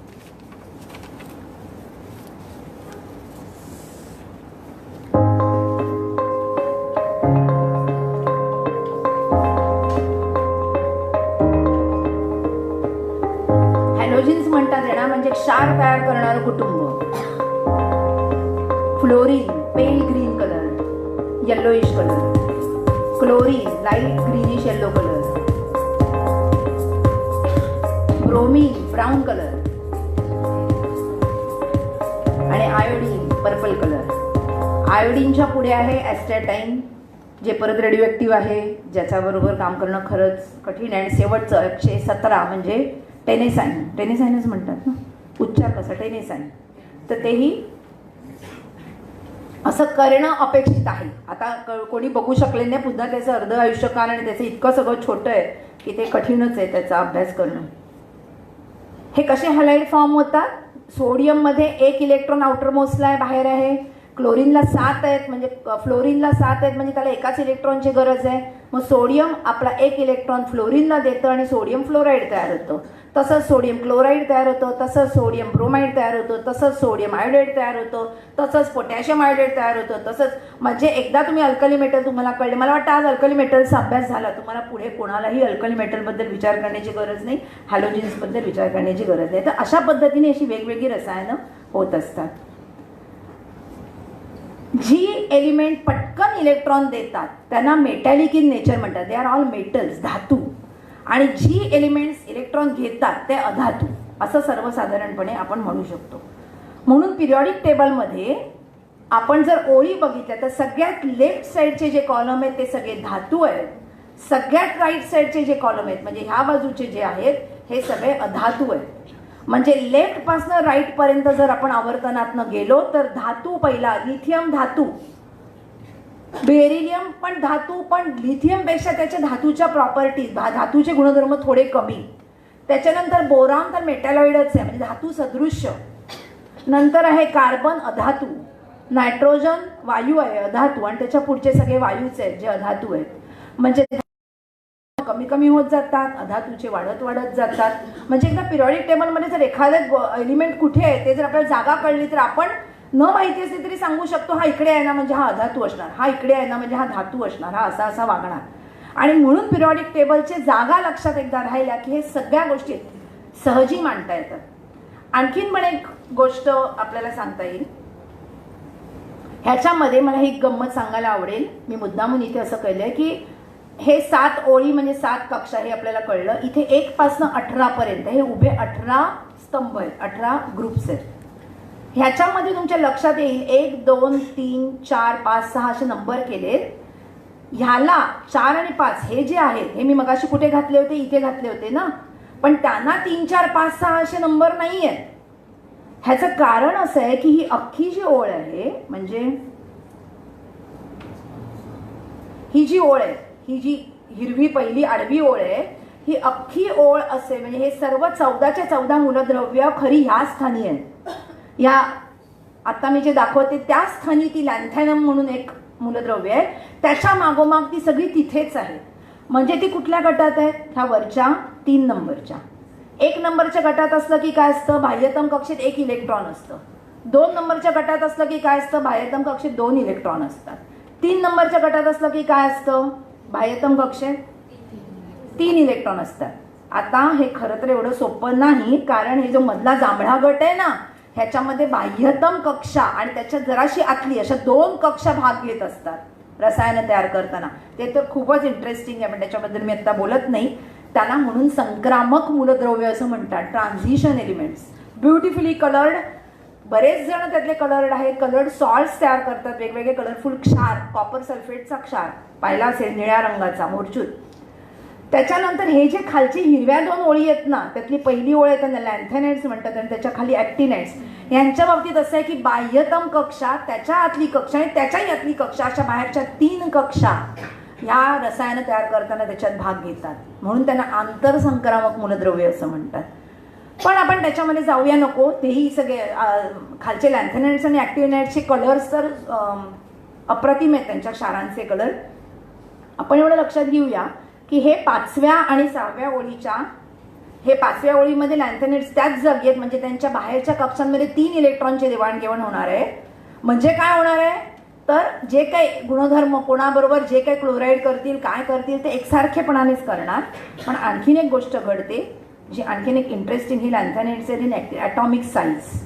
ह्या गोष्टीबद्दल बोलून मग आपण बाकीच्या जे गुणधर्म आहेत त्याच्याबद्दल आज बोलणार नाही. तिथे एक लक्षात घ्या, हे परत टू द स्केल नाही, हे जनरल चित्र आहे कल्पना येण्यासाठी.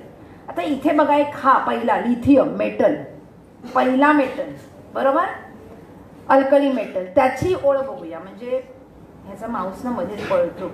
लिथियम पासनं इथे आपण जर ओळीमध्ये गेलो तर इकडे शेवटी हा फ्लोरीन आहे. म्हणजे मी शेवटी म्हणते, मी निष्क्रिय वायू गृहीत धरत नाही आहेत कारण त्याचे वेगळीच केमिस्ट्री आहे.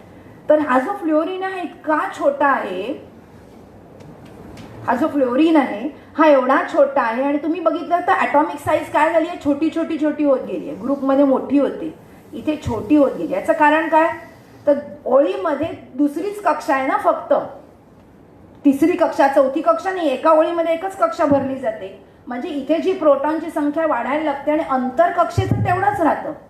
म्हणजे दुसऱ्या कक्षेमध्ये पहिला इलेक्ट्रॉन येतो, मग दुसरा येतो, ते अंतर तेवढ्याच अंतरात येतं.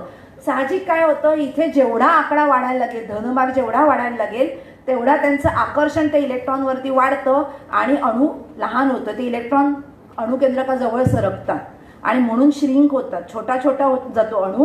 आणि म्हणून काय होतं, त्या ओळीमध्ये सगळ्या ओळी बघा तुम्ही, सगळ्या ओळीमध्ये हे पहिले मोठे आहेत आणि नंतर छोटे छोटे होत गेलेले आहेत.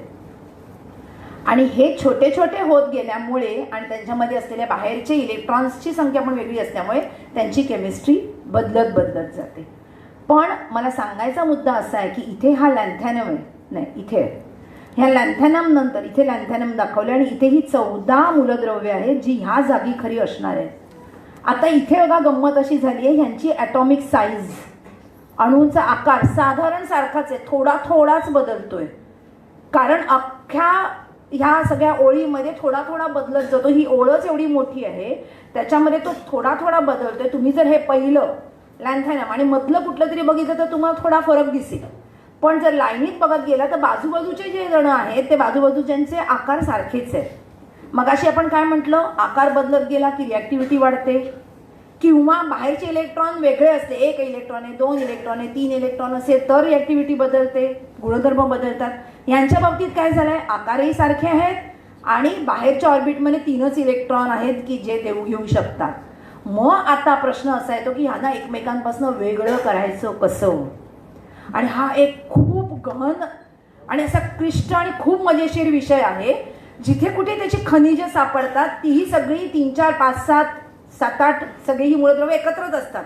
कारण एकाने ऑक्साईड केलं सगळे ऑक्साईड करतात, एकाने क्लोराईड केलं सगळे क्लोराईड करतात आणि सगळ्यांचे आकार पण सारखे. त्याच्यामुळे फक्त प्रोटॉनची संख्या म्हणजे घनता वेगवेगळी आहे किंवा इतर काही भौतिक गुणधर्म वेगळे आहेत, पण रिॲक्शन सगळ्या सारख्याच. इथे मी मला तुमच्याबरोबर एक गंमत शेअर करावीशी वाटते. मी MSc जेव्हा करत होते तेव्हा MScला असताना क्वालिटेटिव्ह ॲनालिसिस असायचं. म्हणजे कॅटायन्स म्हणजे धनभारित आयन आणि ऋणभारित आयन शोधायचे. म्हणजे मिक्सचर दिलेलं असायचं, त्याच्यात काय आहे ते शोधायचं असं असायचं.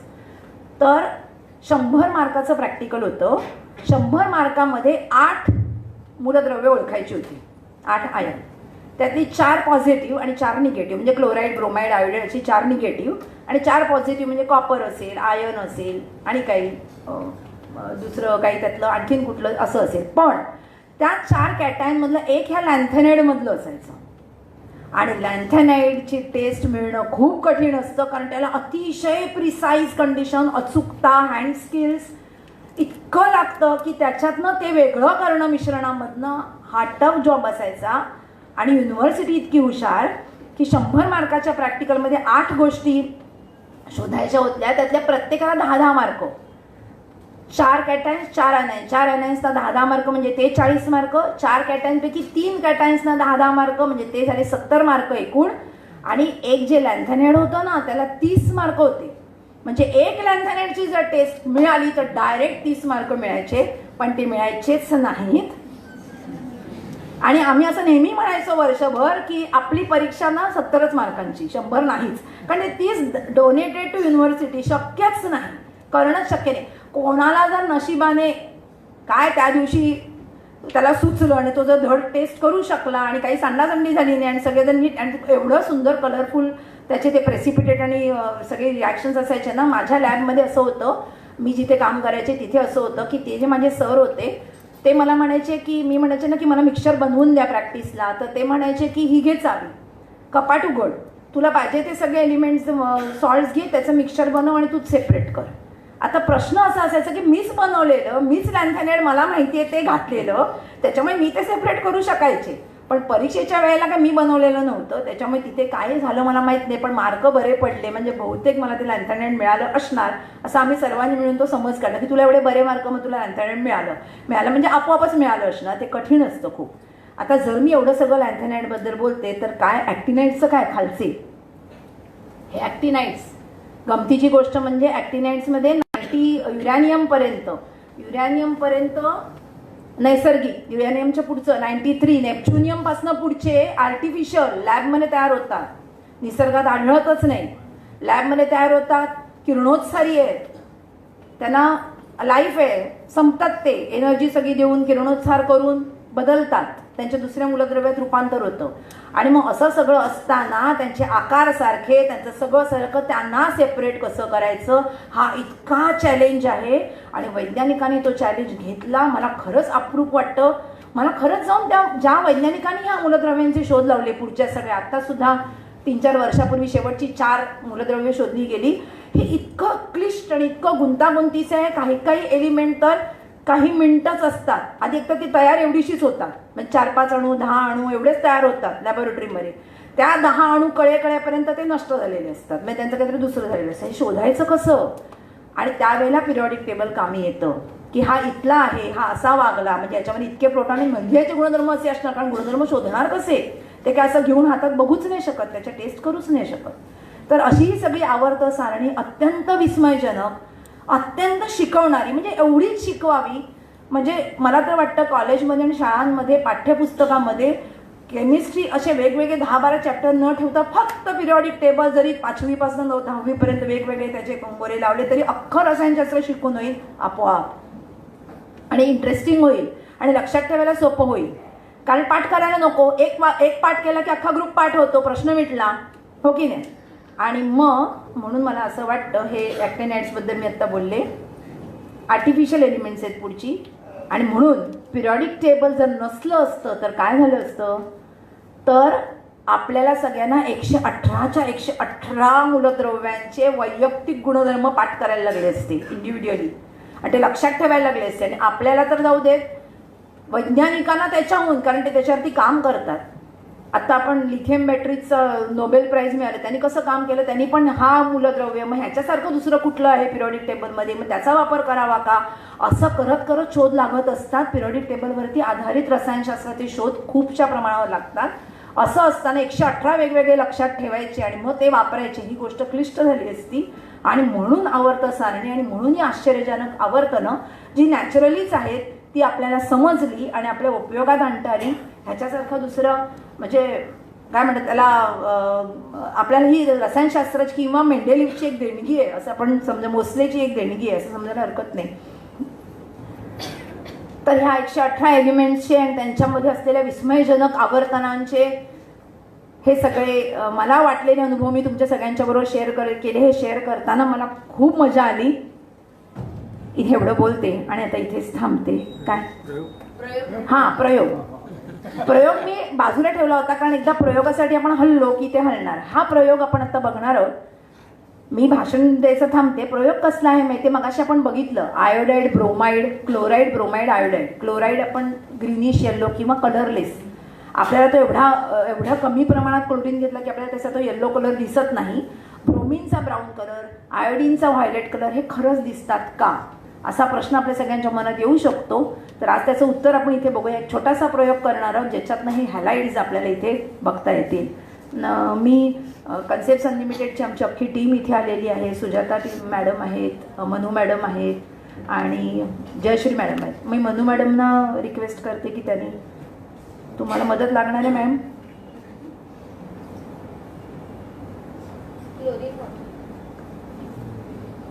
तू तिन्ही आधी हे घे, तिन्ही हॅलाइड्स घे 3 टेस्ट ट्यूबमध्ये पॅटर्न. काय हो आता 3 हॅलाइड्सची जी सोल्युशन आहे, सोडियम क्लोराईड आपल्याला माहिती आहे मीठ.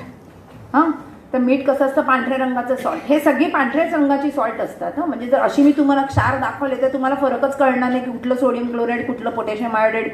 थोडा फरक असतो. सगळे पांढरे, सगळे असे क्रिस्टलसारखे दिसतात, सगळे पाण्यात विरघळतात.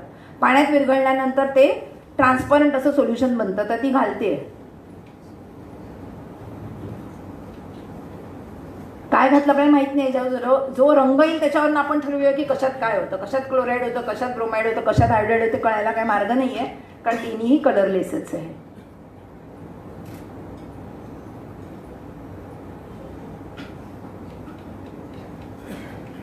मग मॅडमना थोडंसं टेन्शन आलंय. हे टेन्शन थोडंसं अशासाठी असतं, आम्ही असं खूपदा अनुभव घेतो. प्रयोग हा असा असतो ना की तो प्रयोग आपण अगदी कॉन्फिडेंटली करायला जाऊ तो तसाच होतो असं काही सांगता येत नाही. त्याच्यामुळे जोपर्यंत तो होत नाही तोपर्यंत जरा एक आपल्याच मनामध्ये त्याची एक उत्सुकता लागून राहिलेली असते. ही एकदम फेमस टेस्ट आहे, सर्व कॉलेजच्या सर्व बुकलेटमध्ये ही असते.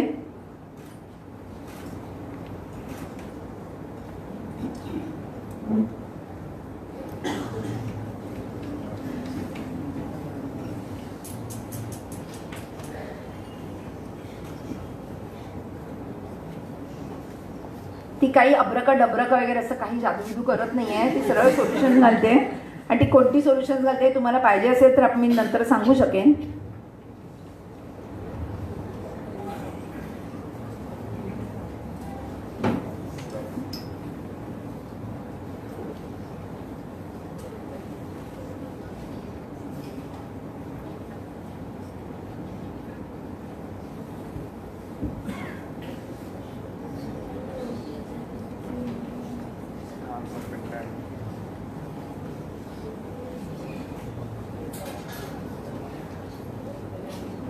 ह्याचा जो खालचा लेअर आहे, खालती लेअर फॉर्म होईल तो आपल्याला बघायचा आहे. त्याच्याकडे त्याला काय झालं ती परत कर टेस्ट. जयश्री टीचर मत्तीला या. ह्या दाखवतोपर्यंत दोन.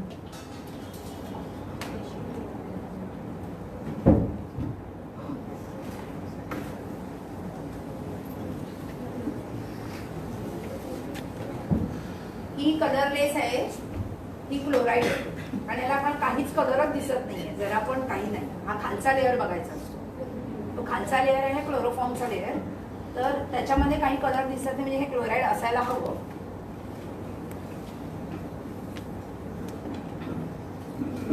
हे आहे, हे पर्पलिश कलर दिसतोय खालचा, पिंकिश पर्पलिश असा, हे आयोडाईड आहे.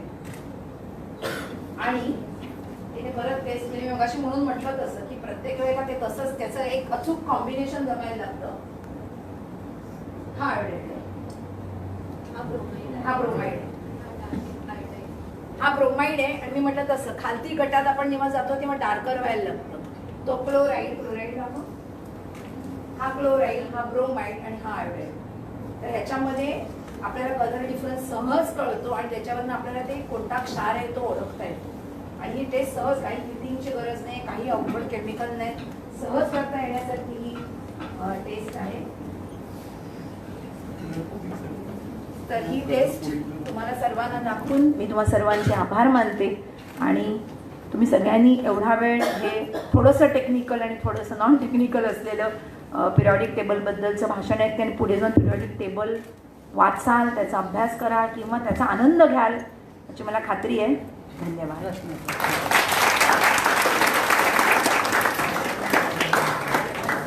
प्रश्न काही आहेत मुलांना? पहिल्यांदा मुलांना मुलांनी घाबरायची गरज नाही, पण तुम्हाला काय ओरडणार बिरडणार नाही, टेन्शन काय मुली हुशार असतात म्हणतात. हा सगळं समजलं मुलांना? काही चला मागे विचार. हा बोला. जसं ते पिरियॉडिक नंबर वाढत जातो, तसं त्या गोष्टीचं वजन वाढत जातं, डेन्सिटी वाढत जाते. हो, प्रोटॉनची संख्या पण वाढते ना, पण त्यांचा आकारही लहान होत जातो, त्याच्यामुळे डेन्सिटी वाढते. उर्वरित वजन सर्वात जास्त असतं. त्याच्या पुढची आहे ती पण अतिजड म्हटली जातात, पण ती किरणोत्सर्गी म्हणजे पाऱ्यापेक्षा सगळं वजन जास्त असतं. असतं. वजन तर जास्त असतंच आणि डेन्सिटी पण असतं.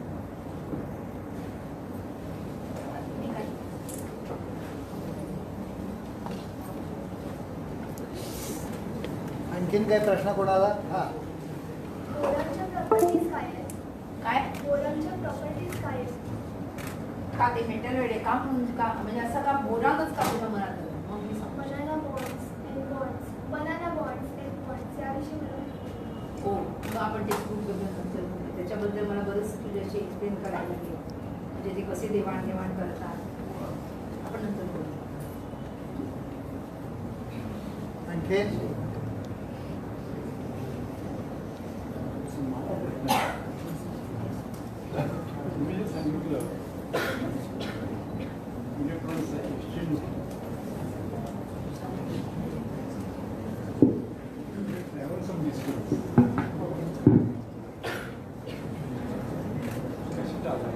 सगळ्यांना समजू दे. म्हणजे माझा प्रश्न असा आहे की दोन एलिमेंट्स तुम्ही जेव्हा सांगितलं ती एकत्र आली की कमी असेल तर तिकडे तो एक इलेक्ट्रॉन इकडून तिकडे जातो. हो, कोण पाठवतं त्याला? म्हणजे फोर्स काय आहे? कुठल्या तरी फोर्सशिवाय तर मुवमेंट होऊ शकत नाही.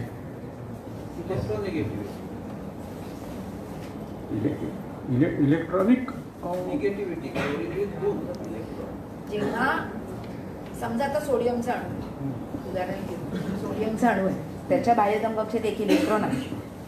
जेव्हा त्याच्या काही ठराविक अंतराच्या क्षेत्रात क्लोरीन येतो, जेव्हा क्लोरीनचा जो अणुकेंद्रक आहे ज्याच्यामध्ये 17 प्रोटॉन आहे, त्या प्रोटॉनच्या आकर्षणाच्या क्षेत्रामध्ये जेव्हा सोडियमचा हा इलेक्ट्रॉन येतो तेव्हा तो इलेक्ट्रॉन इकडून तिकडे शिफ्ट होतो.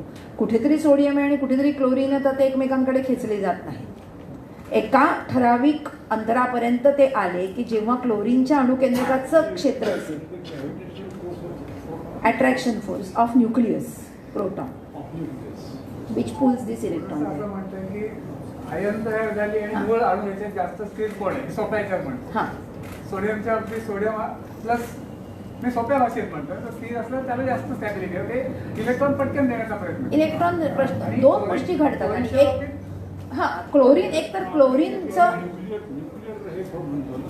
हां मग त्याच्या यात नाही nuclear forces नाही न्यूक्लिअर फोर्सेस हे अणुकेंद्रकाच्या आतमध्ये प्रोटॉनना बांधून ठेवणारे किंवा न्यूट्रॉन प्रोटॉनला बांधून ठेवणारे, कारण प्रोटॉन सजाती आहेत ना सगळे पॉझिटिव्हली चार्ज आहेत आणि ते एवढ्याच्या जागेत आहेत आणि ते एकमेकांना दूर लोटत नाही, म्हणजे त्यांना तिकडे बांधून ठेवणारा ही फोर्स आहे ज्याच्याबद्दल आपण म्हणतो nuclear force. Weak nuclear force from हा टोटली याच्यात नाही ह्याच्यामध्ये एका अणुकेंद्रकाच्या आकर्षणाच्या क्षेत्रामध्ये दुसऱ्या अणूचा इलेक्ट्रॉन आला की तो त्याला तिकडे खेचतो, कारण त्याला 7 इलेक्ट्रॉन आहेत, म्हणजे एक घेतला की त्याचं पूर्ण होणार आहे 8 म्हटल्यानंतर त्याला त्याची खेचण्याची क्षमता जास्त आहे इलेक्ट्रॉनला आणि म्हणून तो तिकडे खेचतो. दुसरा प्रश्न इलेक्ट्रॉनमध्ये निगेटिव्ह इलेक्ट्रिकलच्या कुठून येतो? क्वांटम मेकॅनिक्स हो ते खूपच म्हणजे वरच्या लेवलचं आहे जे चार्ज म्हणजे काय कोणी बोलतच नाही डायरेक्ट शिकवतात शिक्षक. बरं इलेक्ट्रॉनचा निगेटिव्ह चार्ज आहे. चार्ज म्हणजे काय? हा एलिमेंट्स वाढत जाणार का असा त्याने प्रश्न विचारले. 118ला थांबणार आहेत का एलिमेंट्स पुढे वाढणार आहेत? नाही, त्याचं उत्तर आहे माझ्याकडे. तर एक मिनिट आपण व्याख्यान त्यांचं आहे आपण तो तयार करा उत्तर द्या. ह्याच्यावरती डॉक्टर राजीव चिटणीसांचाच एक लेख आहे जो सर्वांनी जरूर वाचा. मराठी विज्ञान परिषदेच्या पत्रिकेत आलेला आहे की 118लाच थांबणार का पिरियडिक टेबल की पुढचे एलिमेंट्स येणार आहेत. आता मी म्हटलं तसं एक तर ती रेडिओ ऍक्टिव्ह आहे त्याच्यामुळे ती शोधणं सापडणं त्याचा अभ्यास करणं हे कठीण आहे, म्हणजे 118च्या पुढे तर आणि हे क्लिष्ट होत जाणार आहे काम. पण 118च्या पुढे असणार आहेत का असू शकणार नाहीत. आता वैज्ञानिक त्याच्या मागे लागलेले आहेत. एक त्याच्याच लेखामध्ये सरांच्याच लेखामध्ये एक छान गोष्ट जी मला समजली जी मी तुमच्या सगळ्यांच्यावर शेअर करते त्या निमित्ताने की इलेक्ट्रॉन एका वेगाने केंद्रकाच्या भोवती फिरत असतो बरोबर. जेवढा केंद्रकामध्ये पॉझिटिव्ह धन भार जास्त तेवढा हा इलेक्ट्रॉनची गती वाढते, म्हणजे जेवढा तो पॉझिटिव्ह फोर्स त्याला जास्त आहे तेवढी त्याच्या बाजूच्या इलेक्ट्रॉनची गती वाढायला लागते. ही गती वाढत वाढत वाढत जाते कारण अणुक्रमांक वाढत वाढत जातो, प्रोटॉनचा नंबर वाढत वाढत जातो. 118च्या पुढे काय होईल? 118च्या पुढे आणखीन प्रोटॉन वाढलेले असणार, म्हणजे आणखीन इलेक्ट्रॉनची गती वाढणार. ही गती कितपर्यंत वाढू शकते? ही गती प्रकाशाच्या वेगापर्यंत वाढू शकते, कारण प्रकाशाचा वेग अंतिम आहे. मग वैज्ञानिकांना असं वाटतं की अजून एलिमेंट्स असणार की जोपर्यंत तो इलेक्ट्रॉन प्रकाशाच्या गतीपर्यंत पोहोचत नाही तोपर्यंत एलिमेंट्स एक्झिस्टिंग असू शकतात. 118 25% आताची इलेक्ट्रॉनची गती 118 मधल्या इलेक्ट्रॉनची गती ही प्रकाशाच्या वेगाच्या 20-25% आहे, म्हणजे अजून खूप स्कोप आहे. 135 हे आपण दुसऱ्या प्लॅनेट्सकडून काही आपण आणलेलं आहे तिथे असू शकतं. काही वेगळं आपल्याला सापडतं का? तेच त्याचे शोध आहे, कारण तिथे वेगळं सापडू शकतं. आणखीन एक असा गोष्ट असू शकते, काही वैज्ञानिकांचं असं म्हणणं आहे की समजा त्या इलेक्ट्रॉनने प्रकाशाचा वेग धारण केला जर तर तो त्या ह्याच्यामध्ये राहणारच नाही ऑर्बिटमध्ये, तो निसटून निघून जाईल. तर मग नुसता पण हे असू शकतो ना धनभारित न्यूक्लियस जो 135 म्हणजे 135ला प्रकाशाचा वेग अचीव होणार, 135 अणुक्रमांकाला तिथपर्यंत गेला की प्रकाश 135 136ला पोचणार प्रकाशाचा वेग. मग त्याच्या पुढे एलिमेंट्स असणार की नाही? त्याच्या पुढेही असू शकतील. त्याच्या पुढे असतील ती कदाचित अशी असतील की त्यांना इलेक्ट्रॉन्सच नसतील आणि ते नुसतेच धनभारित अणुकेंद्रकं असतील, असंही असू शकेल असं काही वैज्ञानिकांचं म्हणणं आहे. काही समस्थानिकांबद्दल मी आज समस्थानिक हा विषय घेतलाच नाही, तर समस्थानिकांचंही अतिशय माइंड ब्लोईंग आहे जे काय आहे ते. पण पिरियडिक टेबल मला वाटतं वर्षभर वेगवेगळा मुद्दा घेऊन पिरियडिक टेबल बोलता आलं असतं. हो विचारा. प्रश्न असा आहे की जे केंद्रकामध्ये जे प्रोटॉन्स असतात ते एक्सरसाइज दी फोर्स इलेक्ट्रॉन्सवर.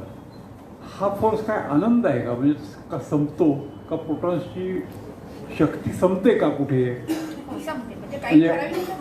नाही अंतरामुळे नाही, ती वापरल्यामुळे संपते का? वापरल्यामुळे संपत नाही. अंतरामुळे ती वीक होत जाते, पण ती तशी त्याची शक्ती आकर्षणाची संपत नाही. म्हणजे तेवढी ज्याची फोर्स ती आहे फोर्स ती हा आहे. इटर्नल आहे, पण otherwise there are very few thing which are eternal. पण हा आहे. मला नंतर एक प्रश्न विचारायचा. मला आत्ता मनात आलेला प्रश्न आता आपण वेगळी चर्चा सगळ्यांना सूर्यमाला आणि रिलेशन निर्माण. स्ट्रक्चर साधारण तसं आहे, पण तसं काही इकडे साधारण जायचं नाही. मला सांगते तिथे ग्रॅव्हिटेशन इथे एक म्हणजे फिरण्याचा हा. तिथे ग्रॅव्हिटेशनल फोर्स आहे सूर्याचा सगळ्या ग्रहांवरती. इथे काय आहे, अणुकेंद्रकामध्ये असलेले जे धनभार आहे आणि जो बाहेर फिरणारा ऋणभार आहे ह्याच्यामध्ये इलेक्ट्रोस्टॅटिक फोर्स आहे, जो वेगळा आहे. म्हणजे सूर्यमालेतला तो फोर्स हा ग्रॅव्हिटेशनल आहे, गुरुत्वाकर्षणाचा आहे, आणि हा विद्युतभारित फोर्स आहे. जसं सर आता म्हणाले तसं सोडियम आणि क्लोरीन एकत्र येतं तेव्हा सोडियम पॉझिटिव्ह होतं आणि क्लोरीन निगेटिव्ह होतं, म्हणून तोही एक फोर्स त्यांना बांधून ठेवतो. तर ह्या सगळ्याच्या बाबतीत गुरुत्वाकर्षणाचा फोर्स हा अणूच्या बाबतीत ऍक्टिव्हेटेड नाही. त्यांचे न्यूक्लिअर फोर्सेस आहेत, केंद्रकीय फोर्सेस आहेत किंवा इलेक्ट्रोस्टॅटिक फोर्सेस. गुरुत्वाकर्षणाचा फोर्स इज विकेस्ट. हो, तो इज विकेस्ट फोर्स आणि nuclear force is the strongest force.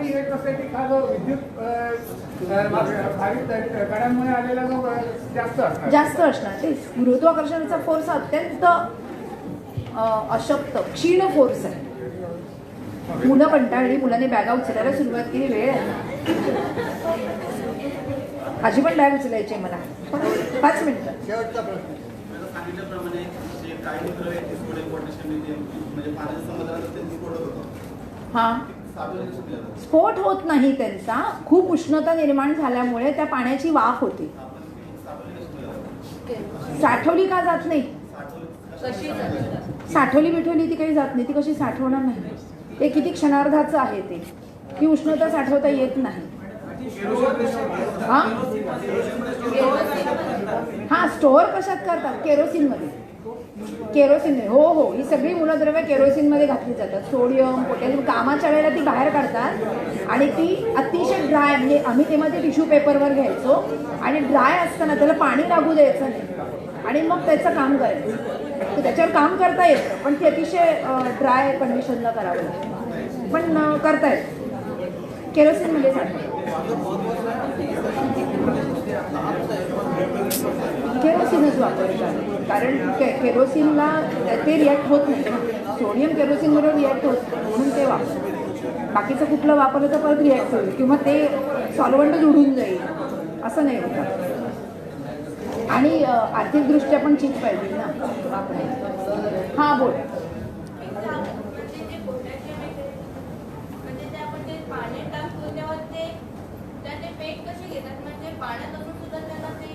पाण्याबरोबर त्यांची रिॲक्शन होते आणि हायड्रॉक्साईड तयार होते, तेव्हा खूप उष्णता तयार होते. एवढी उष्णता तयार होते की शेवटी ते मेटल त्या उष्णतेला पेटतं.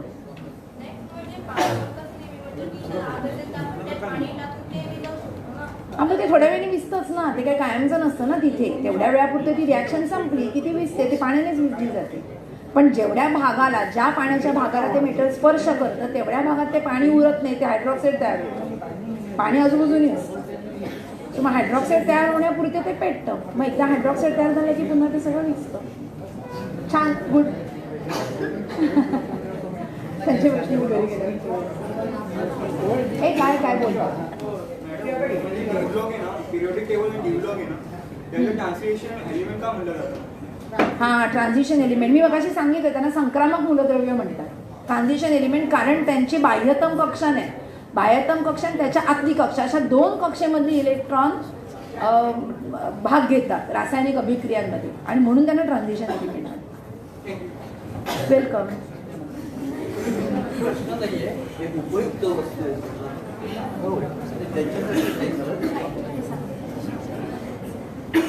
हॅलो हॅलो, ही गोष्ट नीट लक्षात ठेवा. बरेच लोक पिरियडिक टेबल शिकताना त्यांना कंटाळा येतो, ग्रुप कुठचा, कॉलम कुठचा, हे काय, आणि कंटाळा येतो त्यांना. त्याची ही गोष्ट लक्षात ठेवा. घरी गेल्यावर सी लेटर लिहा, इंग्लिश सी, इझी आहे. त्याचा जी करा, सीचा जी. तर सी कॉलमसाठी आणि जी ग्रुपसाठी एकच, ठीक आहे. पी लिहा, पी त्याचा आर करा, सोपं जातं. P for period, R for room. आता कधी तुमचा घोटाळा होणार नाही. ही युक्ती मी फेसबुकवर टाकली आणि घानातल्या एका शेतकऱ्याचा मुलगा माझी इतकी त्याने स्तुती केली, म्हणाला अशा सगळ्या आयडिया तुम्ही मला सांगत जा.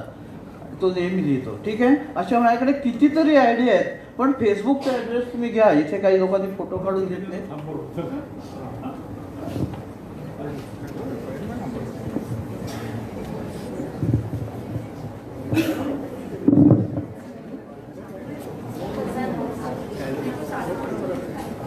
मुलांनो, रसायनशास्त्राचा तास संपला आता. काय तुम्हाला काही नवीन माहिती मिळाली, काही प्रयोग बघायला मिळाले, हे ह्या कार्यक्रमाचं फलित तुमच्या दृष्टीने आहे. याचा उपयोग तुम्हाला शाळेमध्ये सुद्धा शिकताना आता होईल. तुम्ही मोठ्या संख्येने या ठिकाणी आलात याच्याबद्दल तुमचे आभार. तुमच्या शाळेतल्या शिक्षकांचे आभार. पंत वालावलकर शाळा कुर्ला या इथून ही मुलं आलेली आहेत. बाकीचे मोठे लोकसुद्धा मोठ्या प्रमाणावरती इथं आलेले आहेत.